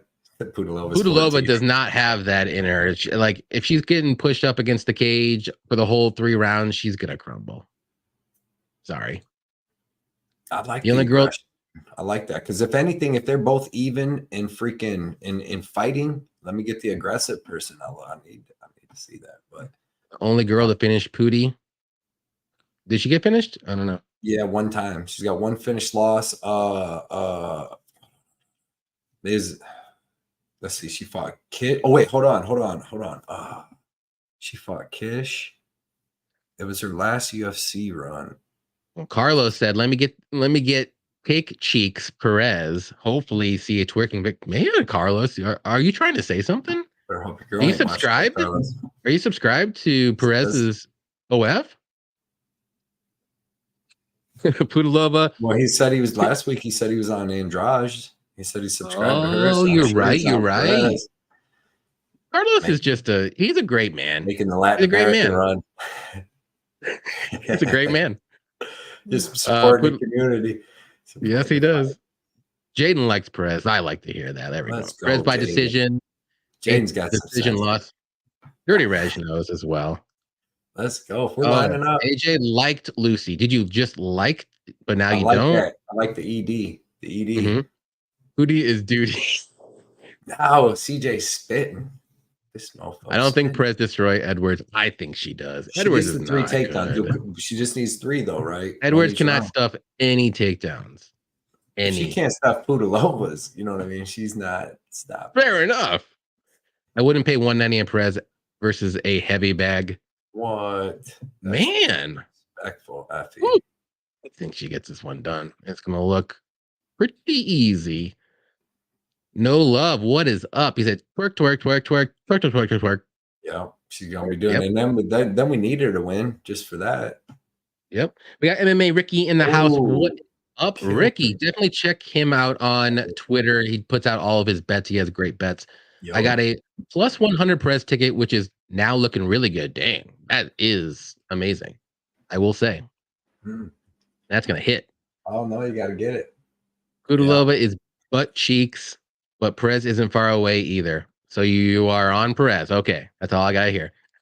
So, fellas, I'm not going back to betting women's MMA just yet. I think this is a fight that you can. You got to take advantage sometimes, and I think this is one. Perez by decision. I like it. What's up, Scott Grimson? I hope I said that right. Under 2.5 is a good play here. These girls are aggressive. Okay. Yeah, Perez could definitely finish her. I can think. Yeah, I was gonna say. I do agree with that, especially like on the ground too, and then maybe or on the feet. Like she has more power for sure. Who are you talking to, Cody? You're tripping. My girl's coming in here wanting that Maker's Mark, but she won't come on camera. I was like, you need to tell her that that's yours now, and you're a bourbon guy. JohnnyKpicks said this is mine now. Yeah, she said. F Johnny K. She goes, who's Johnny well, K? At least me and Steph will drink some bourbon. She says this weekend. I know, yeah. We can go there. And hopefully Derek, I don't know if Derek's listening. He said he's gonna go out with us, get some food. What time's the Bellator start? There's like fucking 32 fights, bro. It starts at 4. I don't know. I don't know if the fights start at 4, but I think it like maybe there's like 20 fights. I think it starts with like what's the one street beefs. The first 4 fights are street beefs or something, dude. There's 20. They're usually like local amateur fights. Street beefs for sure. Baby. We're in Chicago. Weapons usually. Allowed. Let's see. It says the prelims start at 4. Jesus, bro. Eastern. But there's some Central. But there's some pretty decent fights, and Cody Law's fighting early on. And he lost me money. I bet him again. Archie Colgan's fighting. He's good. That is true. He actually liked one of my Instagram posts the other day. Oh yeah. Was it a post about blood money being awesomely cool? Let's see. Okay, Nicholas Motta versus Trey Ogden. I'm gonna is it your turn? God dang it! I always forget. Yeah. So when when you come to the early Wednesday show, which is usually Thursday, well, when you come to the early show, you get early picks, early bets. So I got Joe Anderson Brito at plus 110. That'll probably be my Friday bet. And my Thursday bet is one Mr. Don't say it. Don't say it. One Mr. Nicholas Motta. Okay. Nicholas Motta, man. I was scared. I was scared you were gonna say Trey Ogden. No, yeah. I watched tape. No, dude, like Motta's a far better striker. He's got good grappling. He's got to win over Joe Selecki in a third round knockout over him. He's got good cardio, good toughness. The durability isn't all that great, right? But Trey Ogden ain't hurting nobody. He's got 22 fights and 0 knockouts. Like that's a low. I'm not good at math, not great, but I know that percentage is like low. So Nicholas Motta, as long as he cannot get knocked out. I mean, it's not like Ogden don't have no power. All MMA fighters have a little bit, but like he just really doesn't. He doesn't really try to hit hard. But Motta cracks, dude. Like you seen him even hit Alejandro last time, dude. He cracked him and had him rocked within like the first 40 seconds, and then obviously he got hit with the elbow. But Ogden's not throwing an elbow like that. I think that Motta's a way better striker. I think his hands are faster. I think he hits way harder. He's got a good leg kick. He's got a good head kick. He's got good defensive takedowns.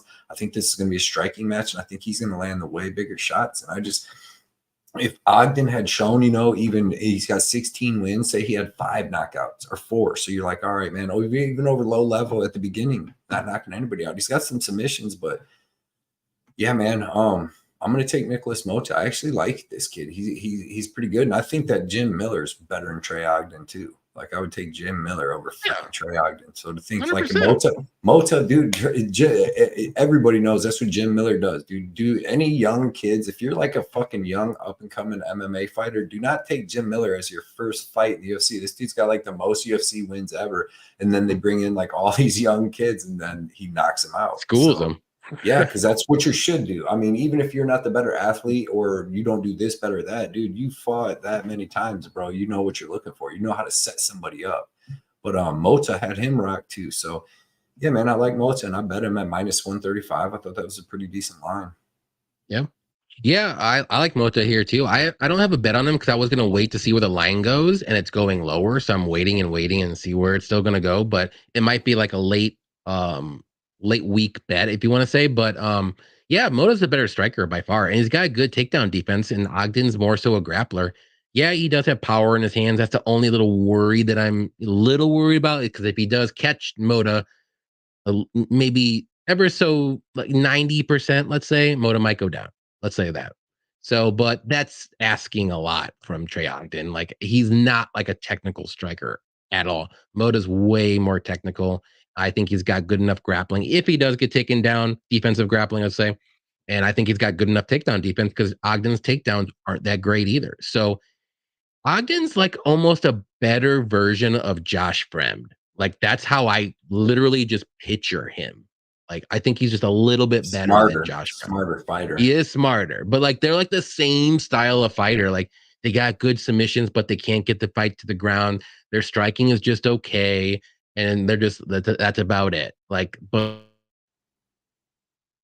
4 out of his 5 losses, but he is the better fighter, and you have to pick the better fighter here. And then almost pick him price. I think it's a good deal here. So give me Motta. I think it's going to go to decision, though. Trey Ogden's pretty tough. So I'll say by decision. Do you think he's going to get the knockout? Did you say that or no? No, Trey Ogden's never been finished. So, I mean, I just think Nicholas Motta, it's a good striking match, and he just lands the harder shots. Man, he's fast. He's got fast hands. Like, he's a really good striker. And, yeah, man, as long as he don't get knocked out, I think that he's the better fighter. And then the fact that Trey Ogden's never knocked anybody out in his whole career, 34 years old, 4 days to the day. There we go. I don't know if it starts this week. So. There you go. I like it. I'm going to watch that line. That might be a last second, like Friday bet. We'll see what happens. Cody, your girl would whoop Johnny's ass, probably. She's about to get me if I didn't give her back that dang bourbon. Yeah, you know, one thing I do know about women, you do not take their liquor. No. No. I buy my wife her wine, and we're good. Yep. That's how it be. That's how it be sometimes. AJ likes patchy mix. I do as well. Do you have bets for Bellator yet or no? No, not. Who's he fighting though? But because I don't know. And I know he's really good, but he's fighting somebody really, really good too. Who was it? It's like out of my head. I knew who he was fighting. Come on, Yanni. Well, no, look it up, man. I gotta go through the chat. Yeah, Patrick gonna dog walking him again. Did you fight him again? Motta got popped for PEDs. Yeah, I don't know if he did. I don't know. When Carlos likes Motta by KO. I like that too. Oh, Sergio Pettis. I don't know, man. I mean, dude, everybody thought Sergio Pettis looked good when we went to Bellator last time against. We went there, he was beating it. Patchy Mix is a different demon, though, man. He's a different demon. He's a different demon. But dude, Pettis is a freaking beast. He's a beast, dude. What's the line on it? I think Patchy's about -2 something. 240 or so? I got to put money on Pettis, man. I've watched. I mean, Patchy Mix is really good, but like Pettis is really freaking good too, man. Remember what we seen last time? I did, but you know, Pitbull is old. Dominated. Patchy Mix is not. Yeah. Well, did it start off like an even number and he got bet up real big? No, I don't think so. I think it started off about like 270. I think some money came in on Pettis a little bit, but Let me look. Where it's at now. Yeah, true that. I'm gonna have to look at some stuff. Mix. Oh, Mix is only -205 now. I got a worse line than that. Sergio Pettis is only +170. Let me see the size difference on you, boy. I'm only going by DraftKings, so that's a big thing. I think Mix is bigger. Definitely taller and with the better range. 30, dude. I mean, Pettis is in the prime of his freaking career. 5'11". Mix is the real pro. Yeah, I think Mix. That's 5 inches. That's a big difference. It is. And Mix is definitely going to have the grappling advantage. Yeah, man. That's a tough one to call, man. That's a big line. What about I like Mix here. So I'm have to bet Mix until I'm gonna pick against Pettis until I win one. Is Tyler still in here? I want to shout out Tyler, dude, from 138 MMA. And a couple people, I'm gonna put it on my next video anyways, but for signing up with my underdog fantasy, man. Tyler did, Derek Izzy did. Shit. I totally was gonna do that. I forgot, dude. Oh, you didn't? Oh, I know. I just assumed you did. I was about to shout you, but never mind. So everybody else, I'll admit I didn't. I was literally going to, and I totally forgot because I was gonna do it before the fights last week, and I didn't. I'll do it. It's actually fun. Dude, I won my buddy $150 sitting over at my other buddy's house, and I lost mine. I forget what I had. Like Jared Gordon, because I had him over 60 significant strikes. And I had the over 2.5. I never would have thought that in a million years. Crazy. Never. Even Jamal Emmer is just putting bazooka out like that real quick. Took a sprinkle on the upset parlay. Ooh. Okay. That probably pays crazy. I don't know about Ladd though. That's a tough one for me. I could see the other ones, but not Ladd. I can't. Throw Jekka in there, dude. Throw Jekka in there. Mix probably outweighs Pettis by 15 pounds on fight day. Probably. He said he's got 5 inches on. Look at that. Tyler said Patchy Mix is legit. He really is. Not my most confident pick, but he's damn good. Dude, they got a bunch of them favorites. Hit me with I need a nice 3-fight parlay that pays good odds. That's gonna hit. Tyler, I got 2 3-fight parlays, but don't listen to me. Listen to Tyler. Yeah, Tyler. Because I went off his breakdowns. Dude, last time we were in there, I put in a 10-fight parlay off of. Didn't you hit that one? PFL, yeah, and Bellator. Oh yeah. And I hit that. It was 50 to win 250. I was happy as hell. There you go. Yeah, I don't bet a lot on Bellator because it's Bellator. Let's be honest. All right, Amanda Ribas versus Luana Pinheiro. Cody, I'm gonna let you start this one off because I feel like I went 3 times in a row and I still can't remember who went first.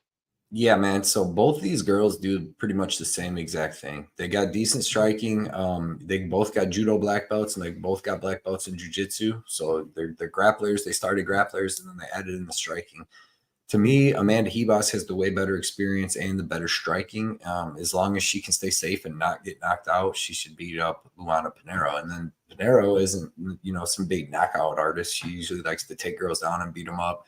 She looked decent against Michelle Waterson, landed some good leg kicks and stuff. But yeah, man, I got Ribas here. I think Ribas gets to win. The line was off. Definitely, she was minus 300 for a little bit. That line was definitely off. But I think she's the better fighter here. Better experience, and a better fighter. She may even be able to win the grappling exchanges in this fight. Coming back down to 115, she's probably going to feel strong. She will. She's got good cardio, good toughness. As long as durability holds up, she'll be all right. Yep. Yeah, that's the thing here. I think Ribas is definitely the better fighter, but it's just the durability factor here. Is she going to be able to not get knocked out? I think she's better everywhere. I think she's got the better cardio. She's got the better striking volume. I think she got the better grappling. But is Pinheiro going to land like that? I don't want to say lucky, but that one punch that's going to wobble Ribas, and then shortly after that, Ribas kind of forgets what to do, and then it's going to be game over and the ref stops it. So that's the one thing I could see in the back of my mind. It's holding me back from throwing down money on Ribas because I think she really is the better fighter everywhere. But Luana's not a knockout artist either. So I'm like, what's holding me back? I've been debating this. What's holding me back from not betting Amanda Ribas when she is the best? That line. She should be minus 140. It's not even that bad. She should be minus 150. Yeah, just because there's some questions. She's been hurt before. She's coming back down to 115. But if a fighter is better everywhere, Like, I think they should be at least minus 200 or more. But I still don't want to even bet that. But there's still the concern. So she goes, boom, it's like better striking, better grappling, better this. But then you're like, the durability brings it back down a little bit and this and that. But she's still above her.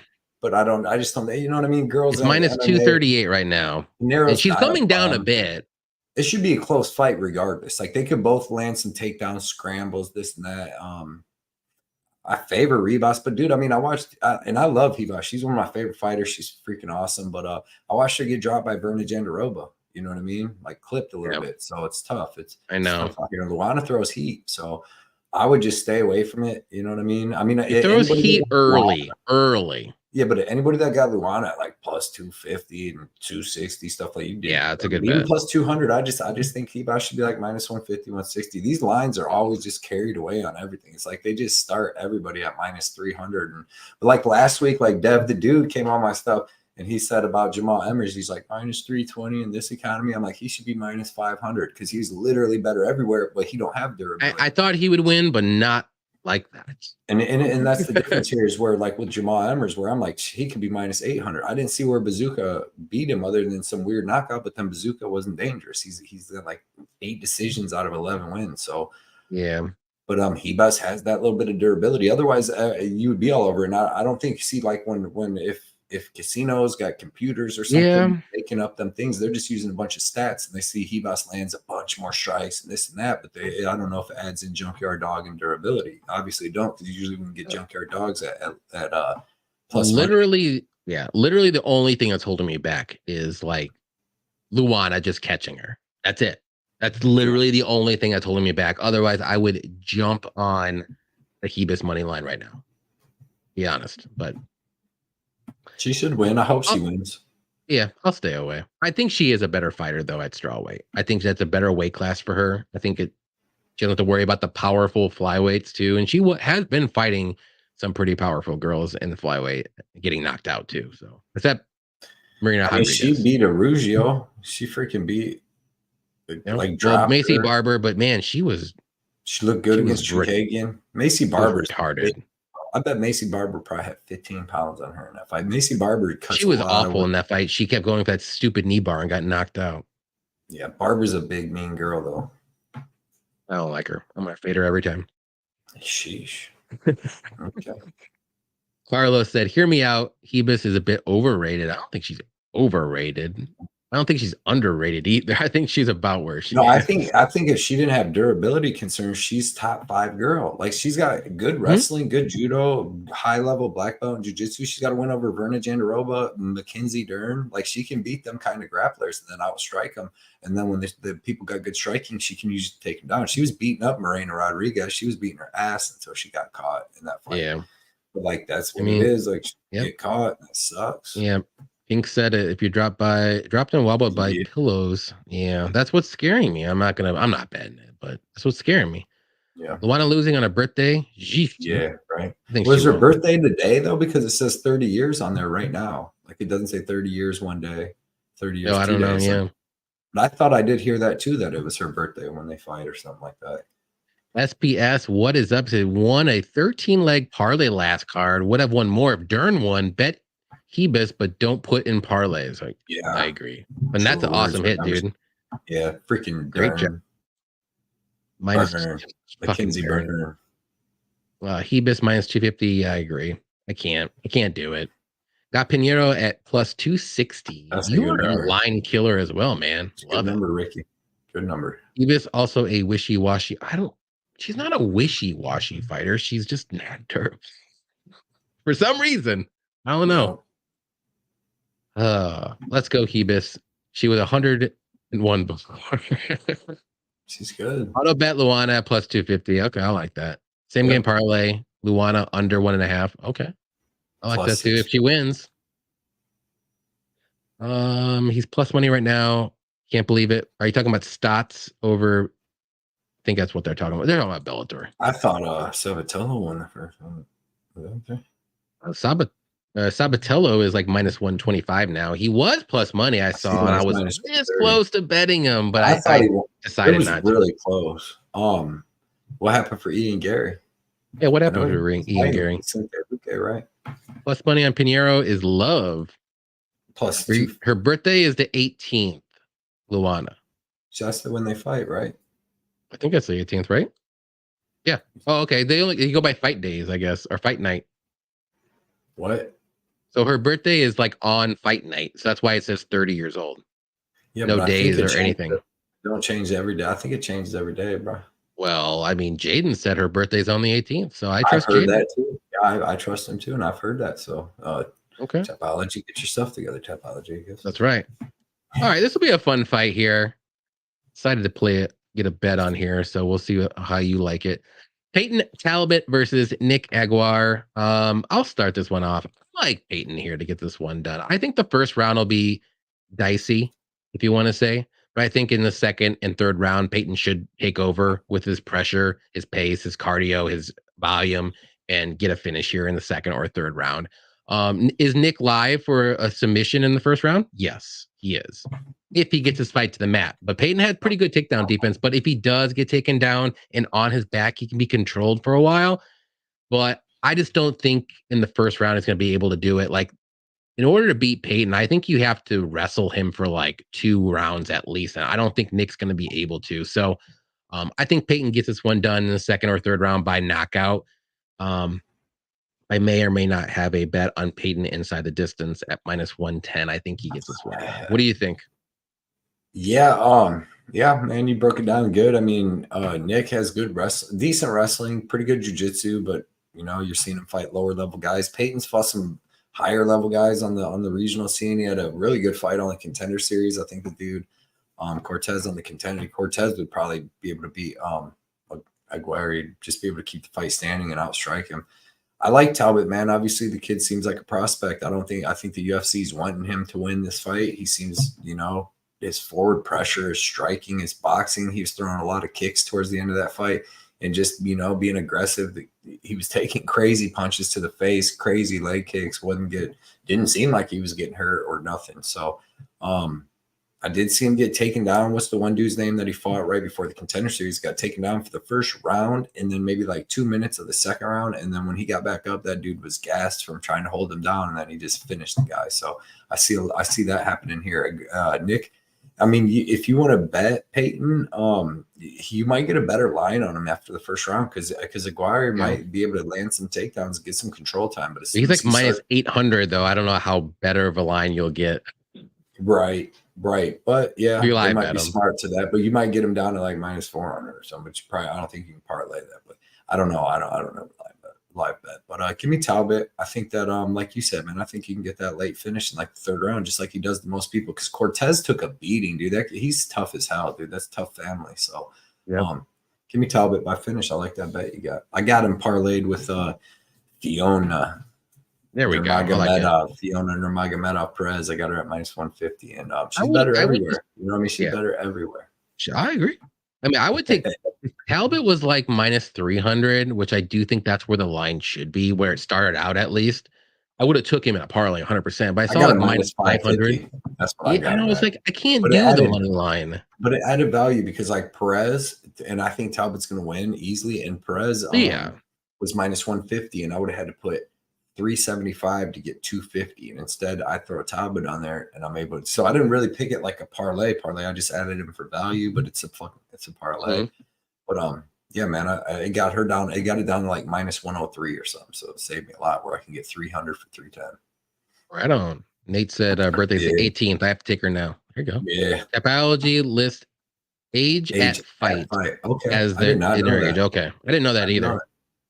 It's good though. That's smart. What kind of picture Tapology for Nick? He looks like he just got rocked with under 5 seconds before. Exactly. That does, dude.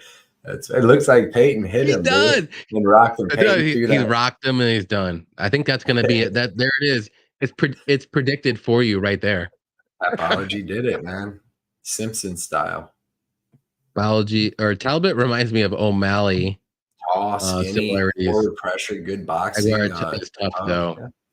Yeah, you're only tough until we'll see. We'll see if he has the cardio for 3 rounds of Talbot. I'm telling you, future star if fed right. Yeah.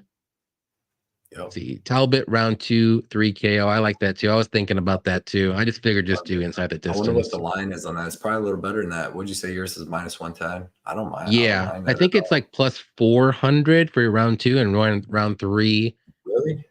Oh, he ain't gonna get him out of there in the first. Round 2, 3 KO. I don't know what that prop is exactly. Yeah, I don't know what that is. Round 2, if he wins in round 2, is plus 400, I think, and round 3 is plus 8. I would like the 2-3.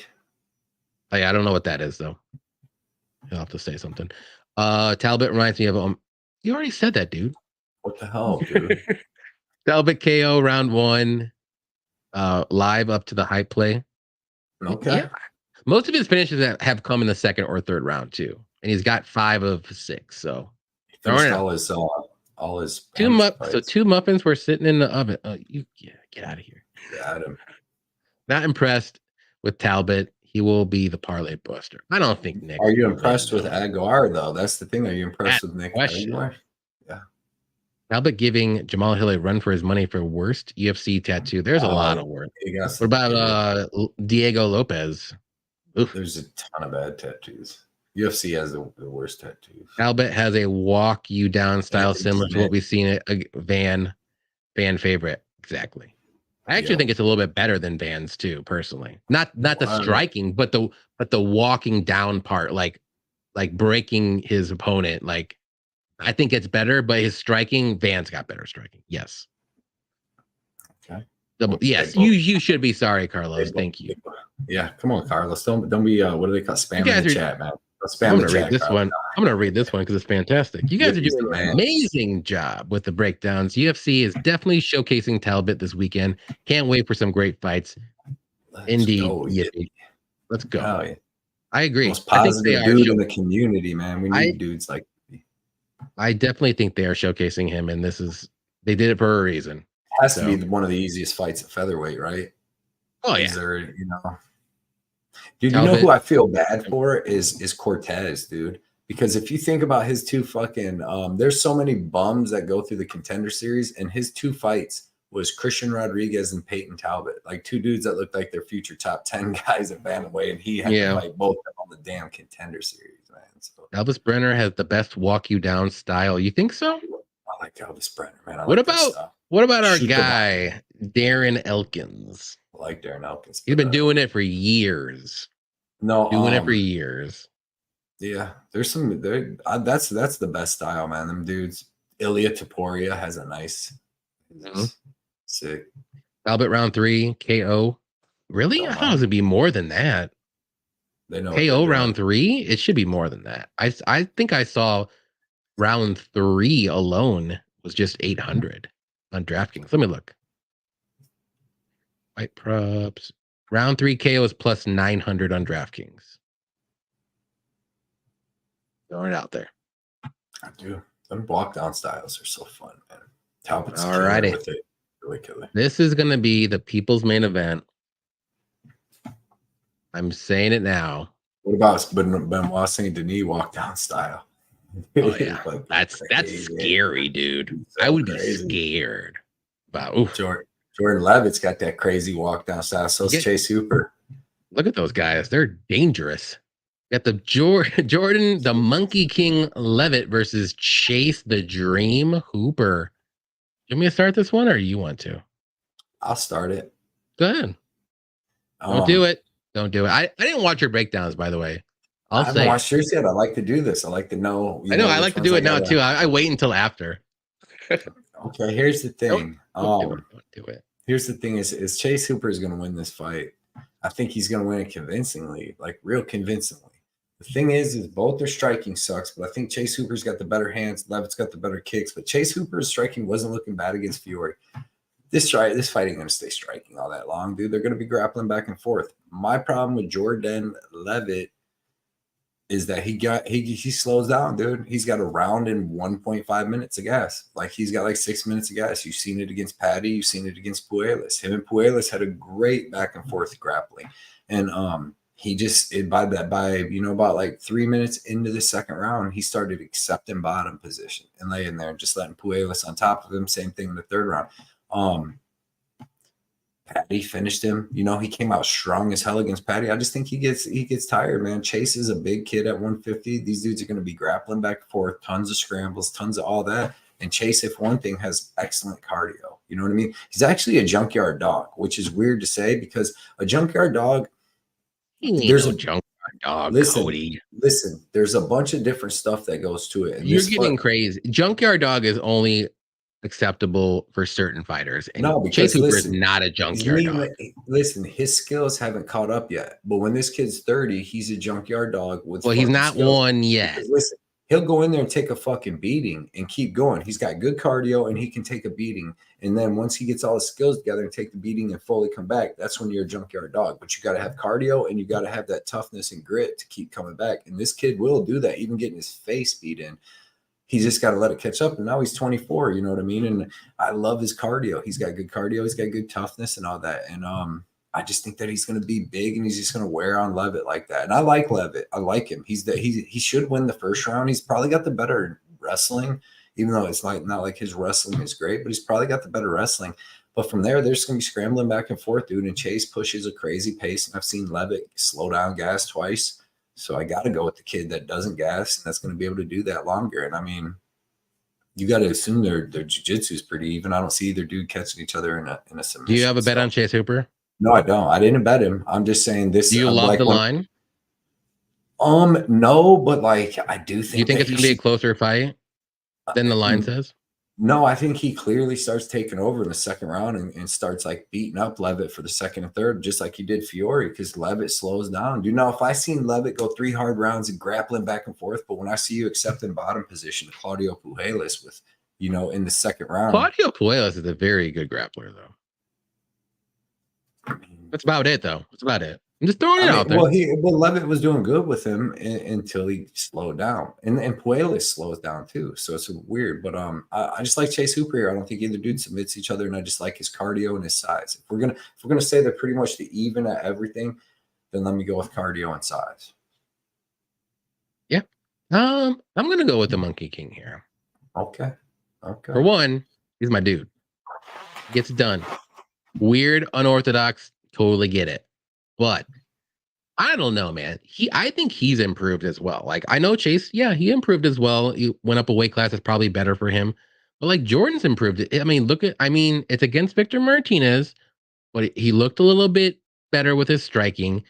And obviously he's going to have good grappling. I do think Jordan's wrestling is better than Chase. I will say that. But if Chase is off his back, that's where he wants to be. So I think the odds are just crazy.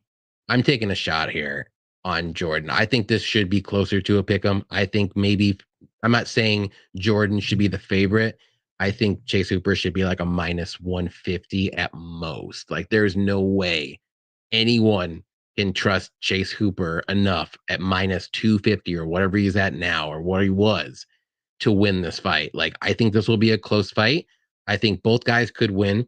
But you know what? I'm going to go with Leavitt. I mean, I just think he's going to get it done. I don't know why. I have a feeling. Like, I just really don't like. Yeah, the striking. I keep going back to the striking. Who's the better striker? And I really don't know who. But I think the wrestling, like, Jordan's very good when he gets the takedowns and when he's on top.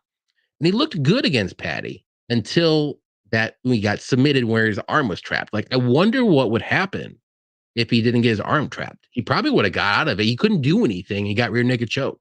Like, he's not that bad off the mat. Like, Patty's a very good grappler. And like I said, Pujolas is a very good grappler as well. But and Hooper's going to be. So it's not like Jordan's never fought a good grappler. He's fought very good grapplers before. And the striking, I don't think Hooper's striking is, I mean, it's improved, but it's not good. So to me, I think Jordan can get this one done. And at +200, I'm taking a shot. I don't trust Hooper that much. Give me Leavitt +200. Oh, yeah. I kind of don't mind it for the 200, but because I mean the line seems kind of big like that. But it's like, what you see him has beating him Chase like Hooper shown to be a -250 favorite? Cardio. But Jordan Leavitt's good for 2 rounds at the very least. What if he wins those 2 rounds? 6.5 minutes. That's what he did with Claudio You Perez. are high. It's because he was grappling with him the whole time. It's not. This is going to be a slow. Chase Hooper's going to be pushing away your pace. You crazy. Chase Hooper going to get knocked out with a head kick. Then, if that's the case, said it now. If there is going to be a finish, it's going to be Jordan Leavitt knockout with a knee. All right, let's see what that knees. That was the weakest knees in the history of knees. You see that? He grabbed him. He's like, and then dude's like, run out. It landed though. It landed. Holy crap! That dude's so. You don't see Chase Hooper knocking out someone like that. He probably could. He might knock out Jordan Leavitt. He ain't gonna knock out Jordan Leavitt. Jordan Leavitt's been hit by Patty numerous times. He didn't get knocked out. Choked out. Yeah, because his arm was trapped. I don't think he would have been choked out if his arm wasn't trapped. He only had one arm to defend. He was already slowing down though. Like Patty had already started taking over. What do you mean? The first round he was on top of Patty. Crazy. You are crazy right now. You're crazy. I know you're such a Patty Pimblett guy. Ricky said, I think this fight will be close. I agree. This will be a close fight. No one's going to win, look like a minus 800 favorite here. It's going to be close. Super striking defense is exactly like Mackenzie Dern's. Agreed. It is 100%. That's great. And that's another reason why I'm on Jordan Leavitt's side. He's a junkyard dog. Who? None of these guys are a junkyard. Let him grow. Let him grow. He ain't now. There's two attributes: toughness to come back, take a beating, come back, and cardio. And then let the skills grow. He took a beating with Steve Garcia, and he did not come back. Jordan Leavitt would have got hit the first time, but like, oh shit, it's been done.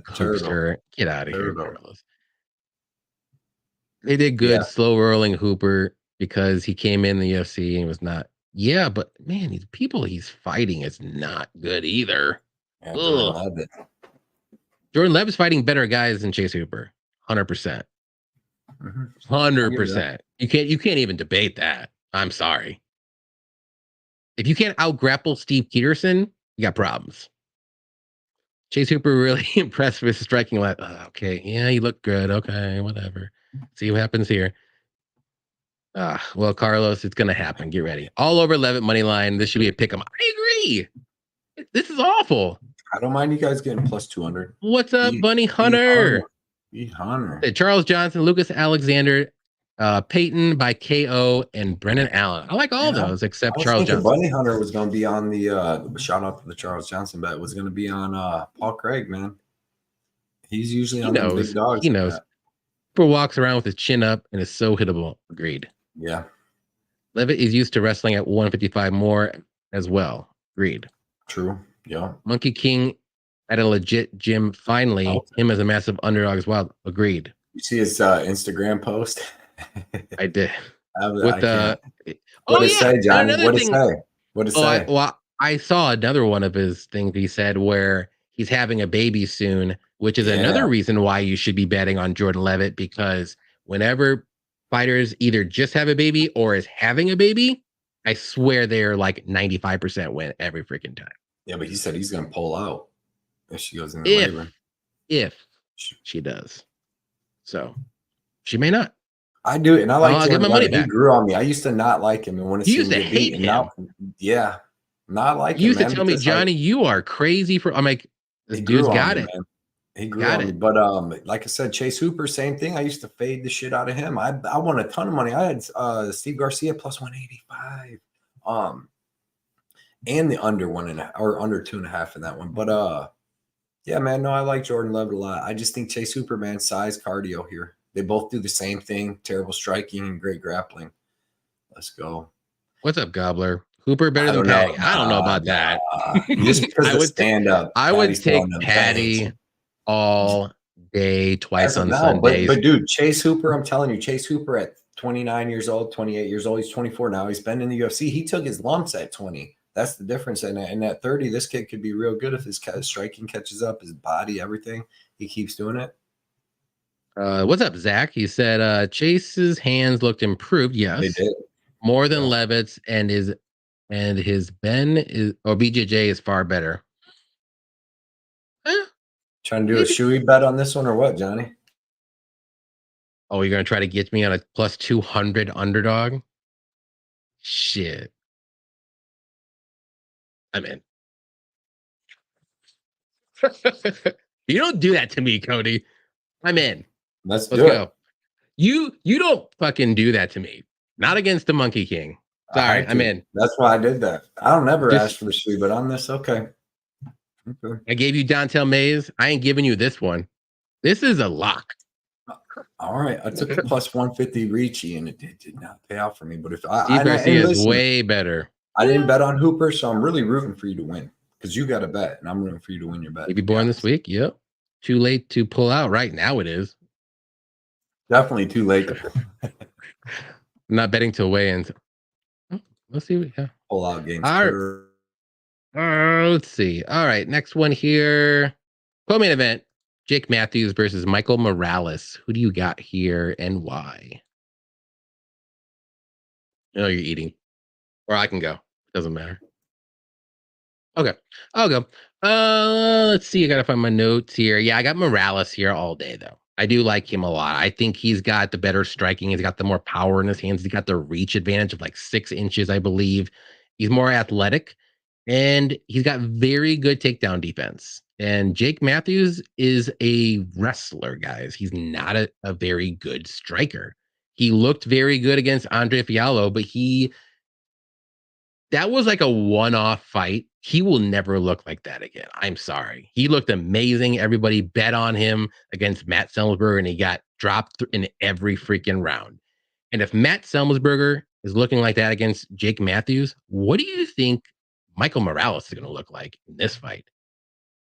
If not better than Matt Semelsberger. So I'm very high on Michael Morales. I think he's very good. I think he's a top 5 guy eventually. I know he's only 24 years old, but I think Jake's going to have trouble trying to get those takedowns, and he's going to have trouble on the feet. And I don't know what he's going to do after that unless survive for 3 rounds and not get knocked out. So Jake Matthews is tough, but I'm going to say Morales gets it done by decision, but I wouldn't put any past anyone going for Morales by knockout or inside the distance at like I think it's plus 100 range or so.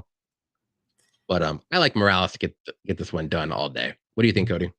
Yeah, I'm with you on that. I think Morales is going to be a better everywhere. Like you said, Jake Matthews, he's got decent striking, he's got decent leg kick, and decent boxing, but he can't take a punch. He got dropped by Fiallo in the first round of that fight too. Right at the end of the round with like 5 seconds left. But I just think that Morales, man, is going to have way too much power. He's got the big reach advantage. I think he's going to have way more power. Just like Chase Hooper at 24, he's going to be improving from fight to fight. You know what I mean? Just getting better and better. Where Jake Matthews started fighting at like 19 years old or 18 years old in the UFC. And I mean, it's almost like he's had a whole career at 10 years and you know, he's still ranked 34th in the world. So I think Michael Morales is heading up the food train. I don't think we got no bomb fiend brother here. He showed durability. He showed cardio. He gets tougher as the fight goes. He's had some tough fights where he had to pull it out in the 3rd round. Even against Max Griffin, you know, tough first round. He got his eye busted up. And then in the 2nd round, he came out just mean, man, was hitting Max Griffin, who can't be finished, with some big shots. And I'm surprised Max didn't get finished that fight. He's one of the most durable fighters ever in the UFC. I think the only person that's ever finished him still is Colby Covington. And if you go watch his early fights, he used to take beatings. Like Max Griffin used to just get beat from pillar to post by everybody because he wasn't like really great anywhere. He had decent striking and decent grappling, but he's just gotten better over the years. And then anybody that can't keep up with the durability can beat. But yeah, man, I think Morales is going to have good boxing here. He can't just get overzealous, just rush in and get caught by anything but Matthews, but I think he can hit him with the bigger shots. I mean, Semelsberger dropped him every single time that he touched him. And I think Morales can do some of that. I think Morales has the wrestling to keep standing. Maybe he could even get some takedowns if he wants to. He usually don't want to. He usually just wants to beat you up. He showed excellent durability. His durability is way better than Jake Matthews. He hits 1.5 times harder than Jake Matthews, in my opinion. So I see him I really think that he can get Jake. I mean, Jake Matthews is usually durable, right? He hasn't been finished many times, but if you go see who he's fought. That's why he's 34th in the world, and he's been in the UFC for 10 years because he don't fight anybody good. Like he fights like mid-level dudes his whole career. He's like just like Nicholas Dalby, you know what I mean? Even though Dalby looks good now because he beat him, but he's always been in like the top 30 because he just, you know, fights Muslim Salikov and then all these lower guys. But I got Michael Morales, man. I think he actually can finish Jake Matthews here. Where Matthew Semmelsberger was dropping him, I think Morales can finish him, especially after just accumulation of damage. And I max bet Michael Morales. I didn't trust too many big favorites on this card to want to put a parlay in, so I just bet him. I think he gets it done. I really don't see any way. Like in my mind, I played it out a lot before I put in the max bet, and the only way is really Matthews if he can just come out here, land takedowns, and just hold Morales down. But he's not going to be able to. Morales is freaking huge. Like Matthews used to fight at 155, and Michael Morales is huge, dude. He's a giant 170. He's thick as hell. He's got 79-inch reach. Doesn't even make any sense. Give me Morales, and I want to see where this kid goes, man. Maybe we could get a Morales versus Ian Gary or Shavkat in the next 3 years or something when all these freaking superstar welterweight undefeated dudes. Maybe he can get Bonfim after this or something, man. Nicholas Dalby, yeah. I think he could beat up Nicholas Dalby because his gas tank holds up, you know. So yeah. Ah, ugh. The Dalby gas tank though. It worries me. Let's see. I don't think this is a co-main because of Matthews. Yeah, I mean they're just probably showcasing Morales. I think he gets this one done. They're trying to build up guys for the sphere. Yep. Morales, a future top 5 guy. Agree. Max bet season. I like it. Morales is going to overwhelm Matthews. Really young. When his skills catch up with his athleticism, he's going to be scary. Agreed. Exactly. Jeff ain't lying right there. That's the fact. Morales all the way, but didn't like his showboating versus Griffin. He will be caught like Anderson Silva. Not in this fight though. Yeah, I don't think he'll do that. He's so big, man. That durability. I think that just like he's got a big head. He's big. He's like it's a big 170, man. Yeah, my fave bet. The line isn't obvious. Yeah, yeah, obnoxious, man. Okay, obnoxious. Whatever, man. Whatever. I can't read. It's your world. It's your world. It's my world. It's my world, and I'm just drinking beers. Semi the Jedi is not a bad fighter. He's not a bad fighter. You just don't have a man. He makes some fight IQ. He makes very. And he doesn't have decisions. KO power. He just has like knockdown power. And then he gasses himself out going for the finish every time. That's his problem. Morales has a longer reach than the Aspinall. Yeah, it's insane. Crazy.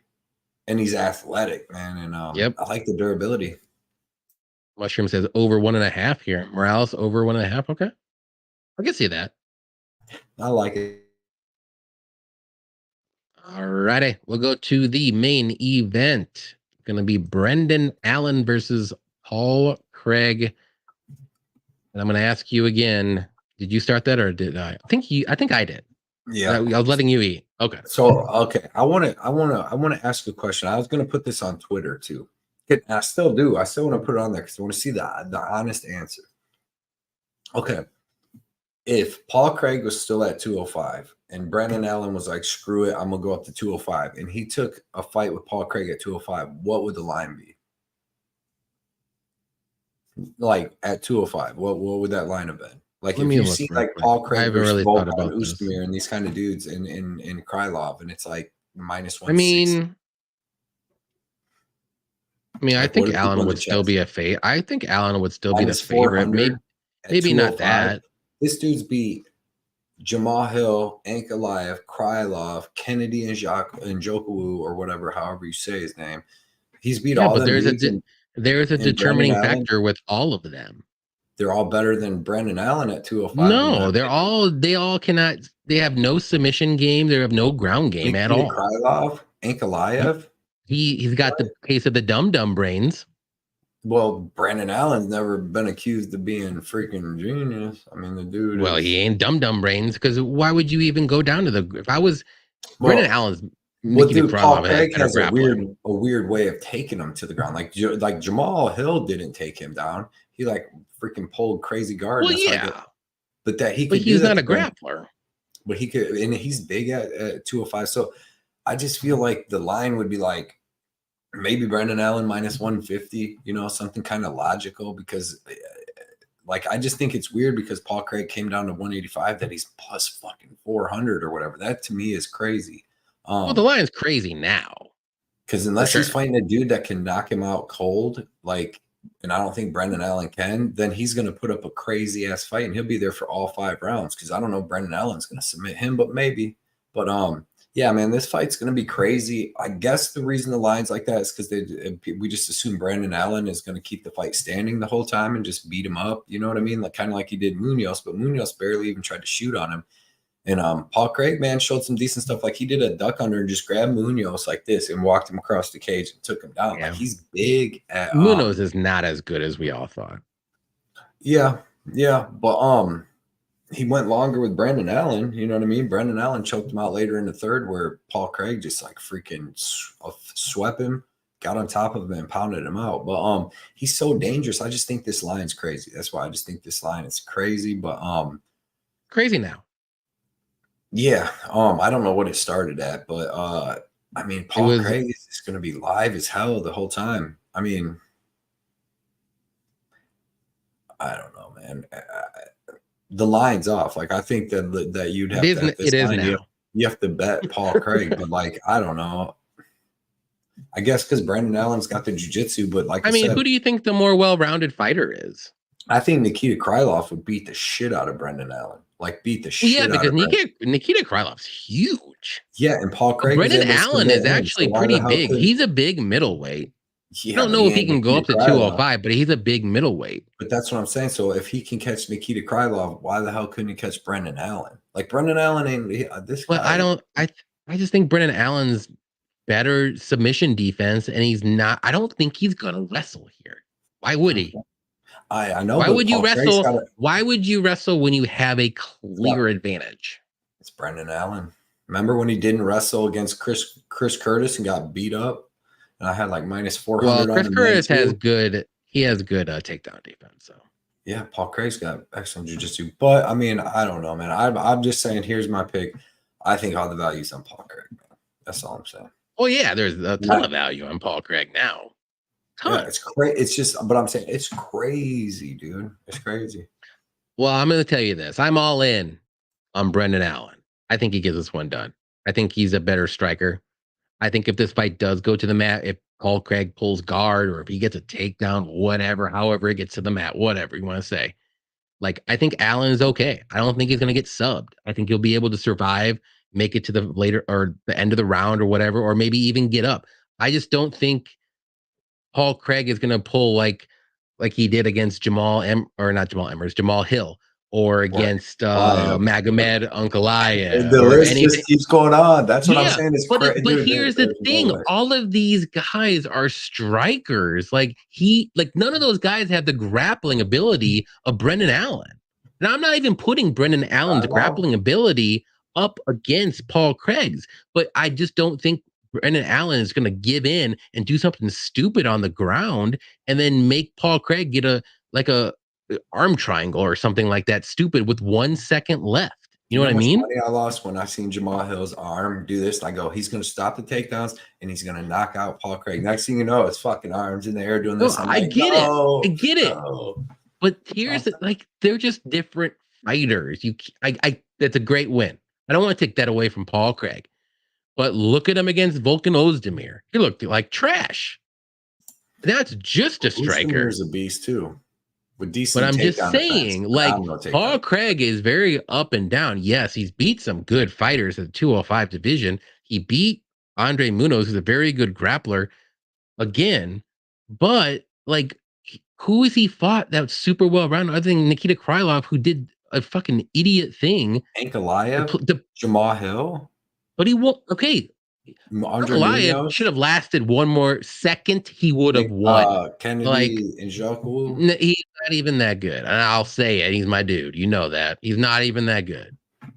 And come on, Cody. Shogun Rua twice. Also, look at it this way. Brendan Allen is 27 years old. We've seen improvements from fight to fight to fight to fight.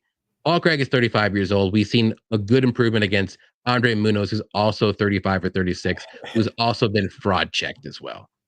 So give me Brendan Allen here. I think he does get the finish here within 3 rounds somewhere. I don't know if it's going to be knockout or club and sub. It's probably going to be knockout, I would say. You think he's got Paul Craig's live, though. Who's knocked out Paul Craig? Johnny Walker. Some people. Menafield. Johnny Walker and Menafield, and them dudes hit hard. Give me Brennan. Like I think Paul Craig could get Bruno Silva down and submit him in the first round. He's big too, dude. I know he's big at middleweight, but like him cutting all that weight too. We'll see what happens here. Like it's just we've seen one fight with him at middleweight. He looked great, yeah, and he out cardio, now strength Munoz, and it's in the small cage too. Like someone brought up, where that's going to favor Craig's chaos, man. This ain't going to be no clean striking match where Brendan Allen he can't. Nobody keeps it clean. Like why do you think Brendan Allen can't? Why do you think Brendan Allen can't contain people pressuring him? When no other than Sean Strickland, which is a different. There's a good walk down style. Sean Strickland. Sorry. Yeah, true that. Who's kept a clean fight with Paul Craig? Ozdemir. Dude, that fight was sick. They were on the ground. He was pulling guard, doing all that crazy stuff, and he's going to be bigger than Brendan Allen. He can definitely pull guard, get it to the ground. And anytime there, dude, and that's what he does good. And then that straight arm lock, bro. If you break Jamal Hill's arm, you can break Brendan Allen's. I'm just saying, I would caution anybody betting Brendan Allen in that small cage against a savage like Paul Craig. That's all I'm saying. I already did. So I'm good. I'm good with it. Okay. I mean, I'm doing it. I think there's a time and a place to bet against Paul Craig, and I think this is the time and place. You used to be the biggest Paul Craig fan. I know. But you have to know when to jump off the bandwagon, plus Cody. 500, plus 400. Paul Craig plus 400 against Brendan Allen. I just don't think he's going to be able to sub Allen, and that's his path to victory. He's not going to win a decision, and he's not going to knock out Brendan Allen. Brendan Allen can literally win any way. Decision, knockout, or a submission. I don't think so, man. I don't know. I don't think Brendan Allen knocking out too many people. He was getting knocked out by Bruno Silva before he landed that good shot and dropped him. But like I said, he's got good durability. It's risky to have Paul The first round is going to be the riskiest round. If this fight gets out of the first round, it's Brendan Allen all day. Andre Muniz would disagree. Well, Andre Muniz sucks. We already said that. Brendan Allen said so too. He beat him as well. All right, we'll go through the chat. I don't even know where I'm at. Let's see. Maybe Jake won't be a bad sprinkle because of experience. Maybe. Silva was older though, like 38. Silva. I don't even know what we're talking about at this point. Wasn't Allen a favorite against Strickland? He might have been. Yeah, big favorite. Big favorite against Curtis too. Yes. It's true. It doesn't make sense. But those guys don't have the grappling ability as Brendan Allen. What is Brendan Allen's grappling ability? What? Because he choked out Christoph Jacko? What's Jamal Hill's grappling ability? What's Nikita Krylov's grappling ability? Did you just say what's Paul Craig? He's literally the best. No, I said Brendan Allen because he has better grappling ability than all three of those guys. Who's the best submission artist in the history of the UFC besides maybe Charles Oliver? Charlie Olives. And then I don't know. Maia. After Damian Maia? I don't know. Fucking Jim Miller? Paul Craig, man. What do you mean, Paul Craig? Man? He's got the best submissions in the UFC. He's got the best submission wins. Well, besides Oliveira. But I don't know, man. I'm not that high on Brendan Allen. I'm not saying like he's the next champion, but I just think this styles make fights, man. I like Brendan Allen's style. GM3. In this fight. There we go. Kiwi Brew got me. Yep. GM3. He's right up there. He's got the most, I believe, in middleweight because Maia had a bunch of middleweight that went down the welterweight. Yeah, but he's also has like the most submission losses as well. Yeah, come on, man. We're praising him here. We're giving Craig has burned me 3 times and I parlayed Allen anyway. I couldn't help it. I think he's solid everywhere. Thank you, Ricky.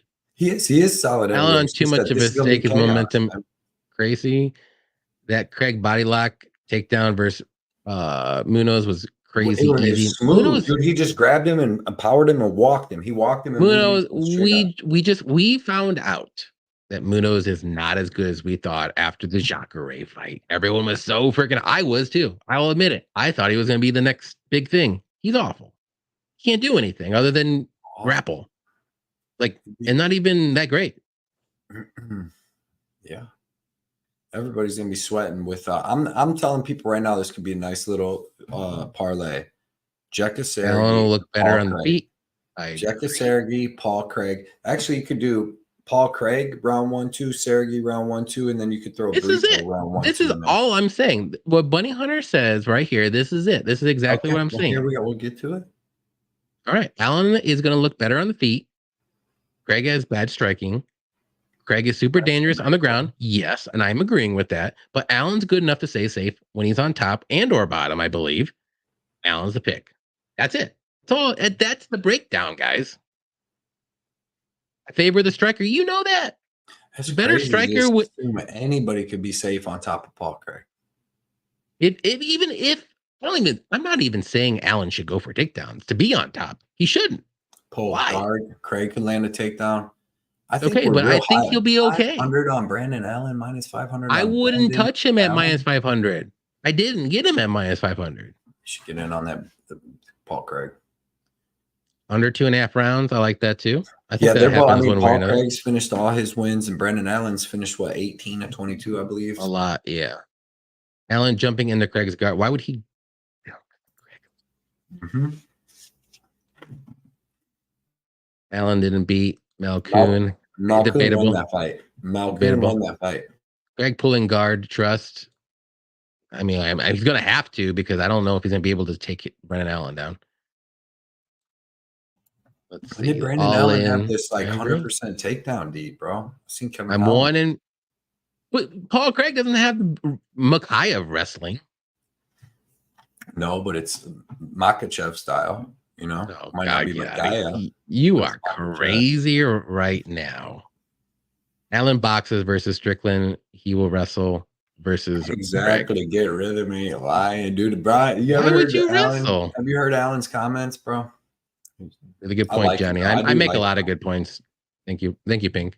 Greg was losing on all those fights until exactly 5 rounds this time. You ever seen 5-round Paul Craig? You ever seen 5-round Paul Craig? Mythical. And there it is right there. Kiwi just brought up a very good point. Brendan Allen has a furry hat, and those people win. He stole that hat, man. Tell me he's not going to win with a furry hat on. It's not. Paul Craig's going to choke this dude out. Paul Craig's. You are high right now. William Wallace. Direct descendant from William Wallace. You're so high right now. What's up, Fireside? Appreciate you coming out, man. Look at these cuties. Get out of here. You crazy. Exactly. Brendan Allen ain't beating nobody. Nate Brown's down there talking the truth. Gobbler said all in Allen all day. So he should have lost. KO. Hold on. Listen and to retires this. Paul Craig. Listen to this. Brendan Allen should have lost Chris Curtis, Sean Strickland, and Jacob Malkoon. Jacob Malkoon beat that dude. Who's his wins? Bruno Silva. Who's he out here beating? Christoph Jocko. Kevin Holland. We can do the same thing. Paul Craig, you cannot go. He's beat every light heavyweight champ in the world. He shouldn't have beat Ankalaev. 1 second. That dude. Other than that, like Jamal Hill. Light work of him, bro. Light work before Jamal Hill was a champion. Okay. Nikita Krylov, he's always going to be a middle of the road light heavyweight. Nikita Krylov's one of my favorite. Andre Munoz, barely okay middleweight now. Like Shogun Rua twice. Old Shogun Rua when he's 75 years old instead of 97. 63. Like, you know what I mean? Like, come on, man. It's the same shit. Jamal Hill, Ankalaev, Kennedy, skipped over Kennedy. Yeah, okay. Jamal Hill looks better now because Jamal Hill used to be a champion before he got hurt. All them guys beat up Brendan Allen. This was a great show, guys. Maybe what? But again, I said maybe they beat up Allen, but it's a different weight class. Exactly. Paul Craig's coming in 210, 215. All right. Yeah. All right. Everyone's on Allen. I love it. That's all I gotta say. Except this one guy right here named Blood Money. He doesn't even have a bet. It's crazy. I don't have a bet, but I do like. I'm telling you, Jekka Saragih, Paul Craig, plus 2,000 something. You're crazy. Well, we definitely appreciate everybody showing up. I know we were a little late to start this one off, and we went a little bit longer than normal, but. Yeah, do you have anything else to say before we get out of here? No, just appreciate everybody coming out, man. Always supporting our stuff. I'm just tired, brain dead. I didn't get to eat nothing, bro. I just been doing stuff. So, but No, yeah, just hopefully good luck, man. Hopefully everybody wins big. We'll see him Saturday. We're gonna have a pretty good show. Got Doc Sarowitz coming on the show. Doc Sarowitz. Yes, sir. And we got one more person too. We'll have to try to get someone here. We'll figure someone out. Yeah. Oh yeah. We got it. But yeah, definitely want to give a shout out to Kiwi Brew for the donation, Jeff Pelton for the donation, Johnny Newquist for the donation, and May Robs for the donation as well. Keeping the lights and the gas and the TV, all that good stuff on us as well. So definitely good luck to everybody this weekend. We're going to be on my channel here on Saturday at 11 a.m. Central, 12 p.m. Eastern time. Cody will be driving back in his car from Chicago, joining up with us. I'll be home though, but we'll have a good crew here and break this down one more time and give you our final bets and all of our good picks and have the same conversations as I'll say Alan's going to win this fight all day. And Cody, you'll be wrong. And then Jordan Levitt's going to win, and it'll be great. You used to love Paul Craig. You had a shirt and everything. I do. But he's not going to win. He's not going to win this fight. Brandon Allen's not that great, man. If that's your debate, Paul Craig is not great. Not to be minus 500. That's all I'm saying. I mean, it's like he's fighting. I'm agreeing. I am agreeing with this. I would never bet Brendan Allen at minus 500. What'd you bet him at? But if you're going to get him minus 300 or less, I think that's great. Let's go, Paul Craig. Which I got him at minus 298. All right, guys. Take care. We will see you on Saturday. Definitely check us out. Have a good night and take care.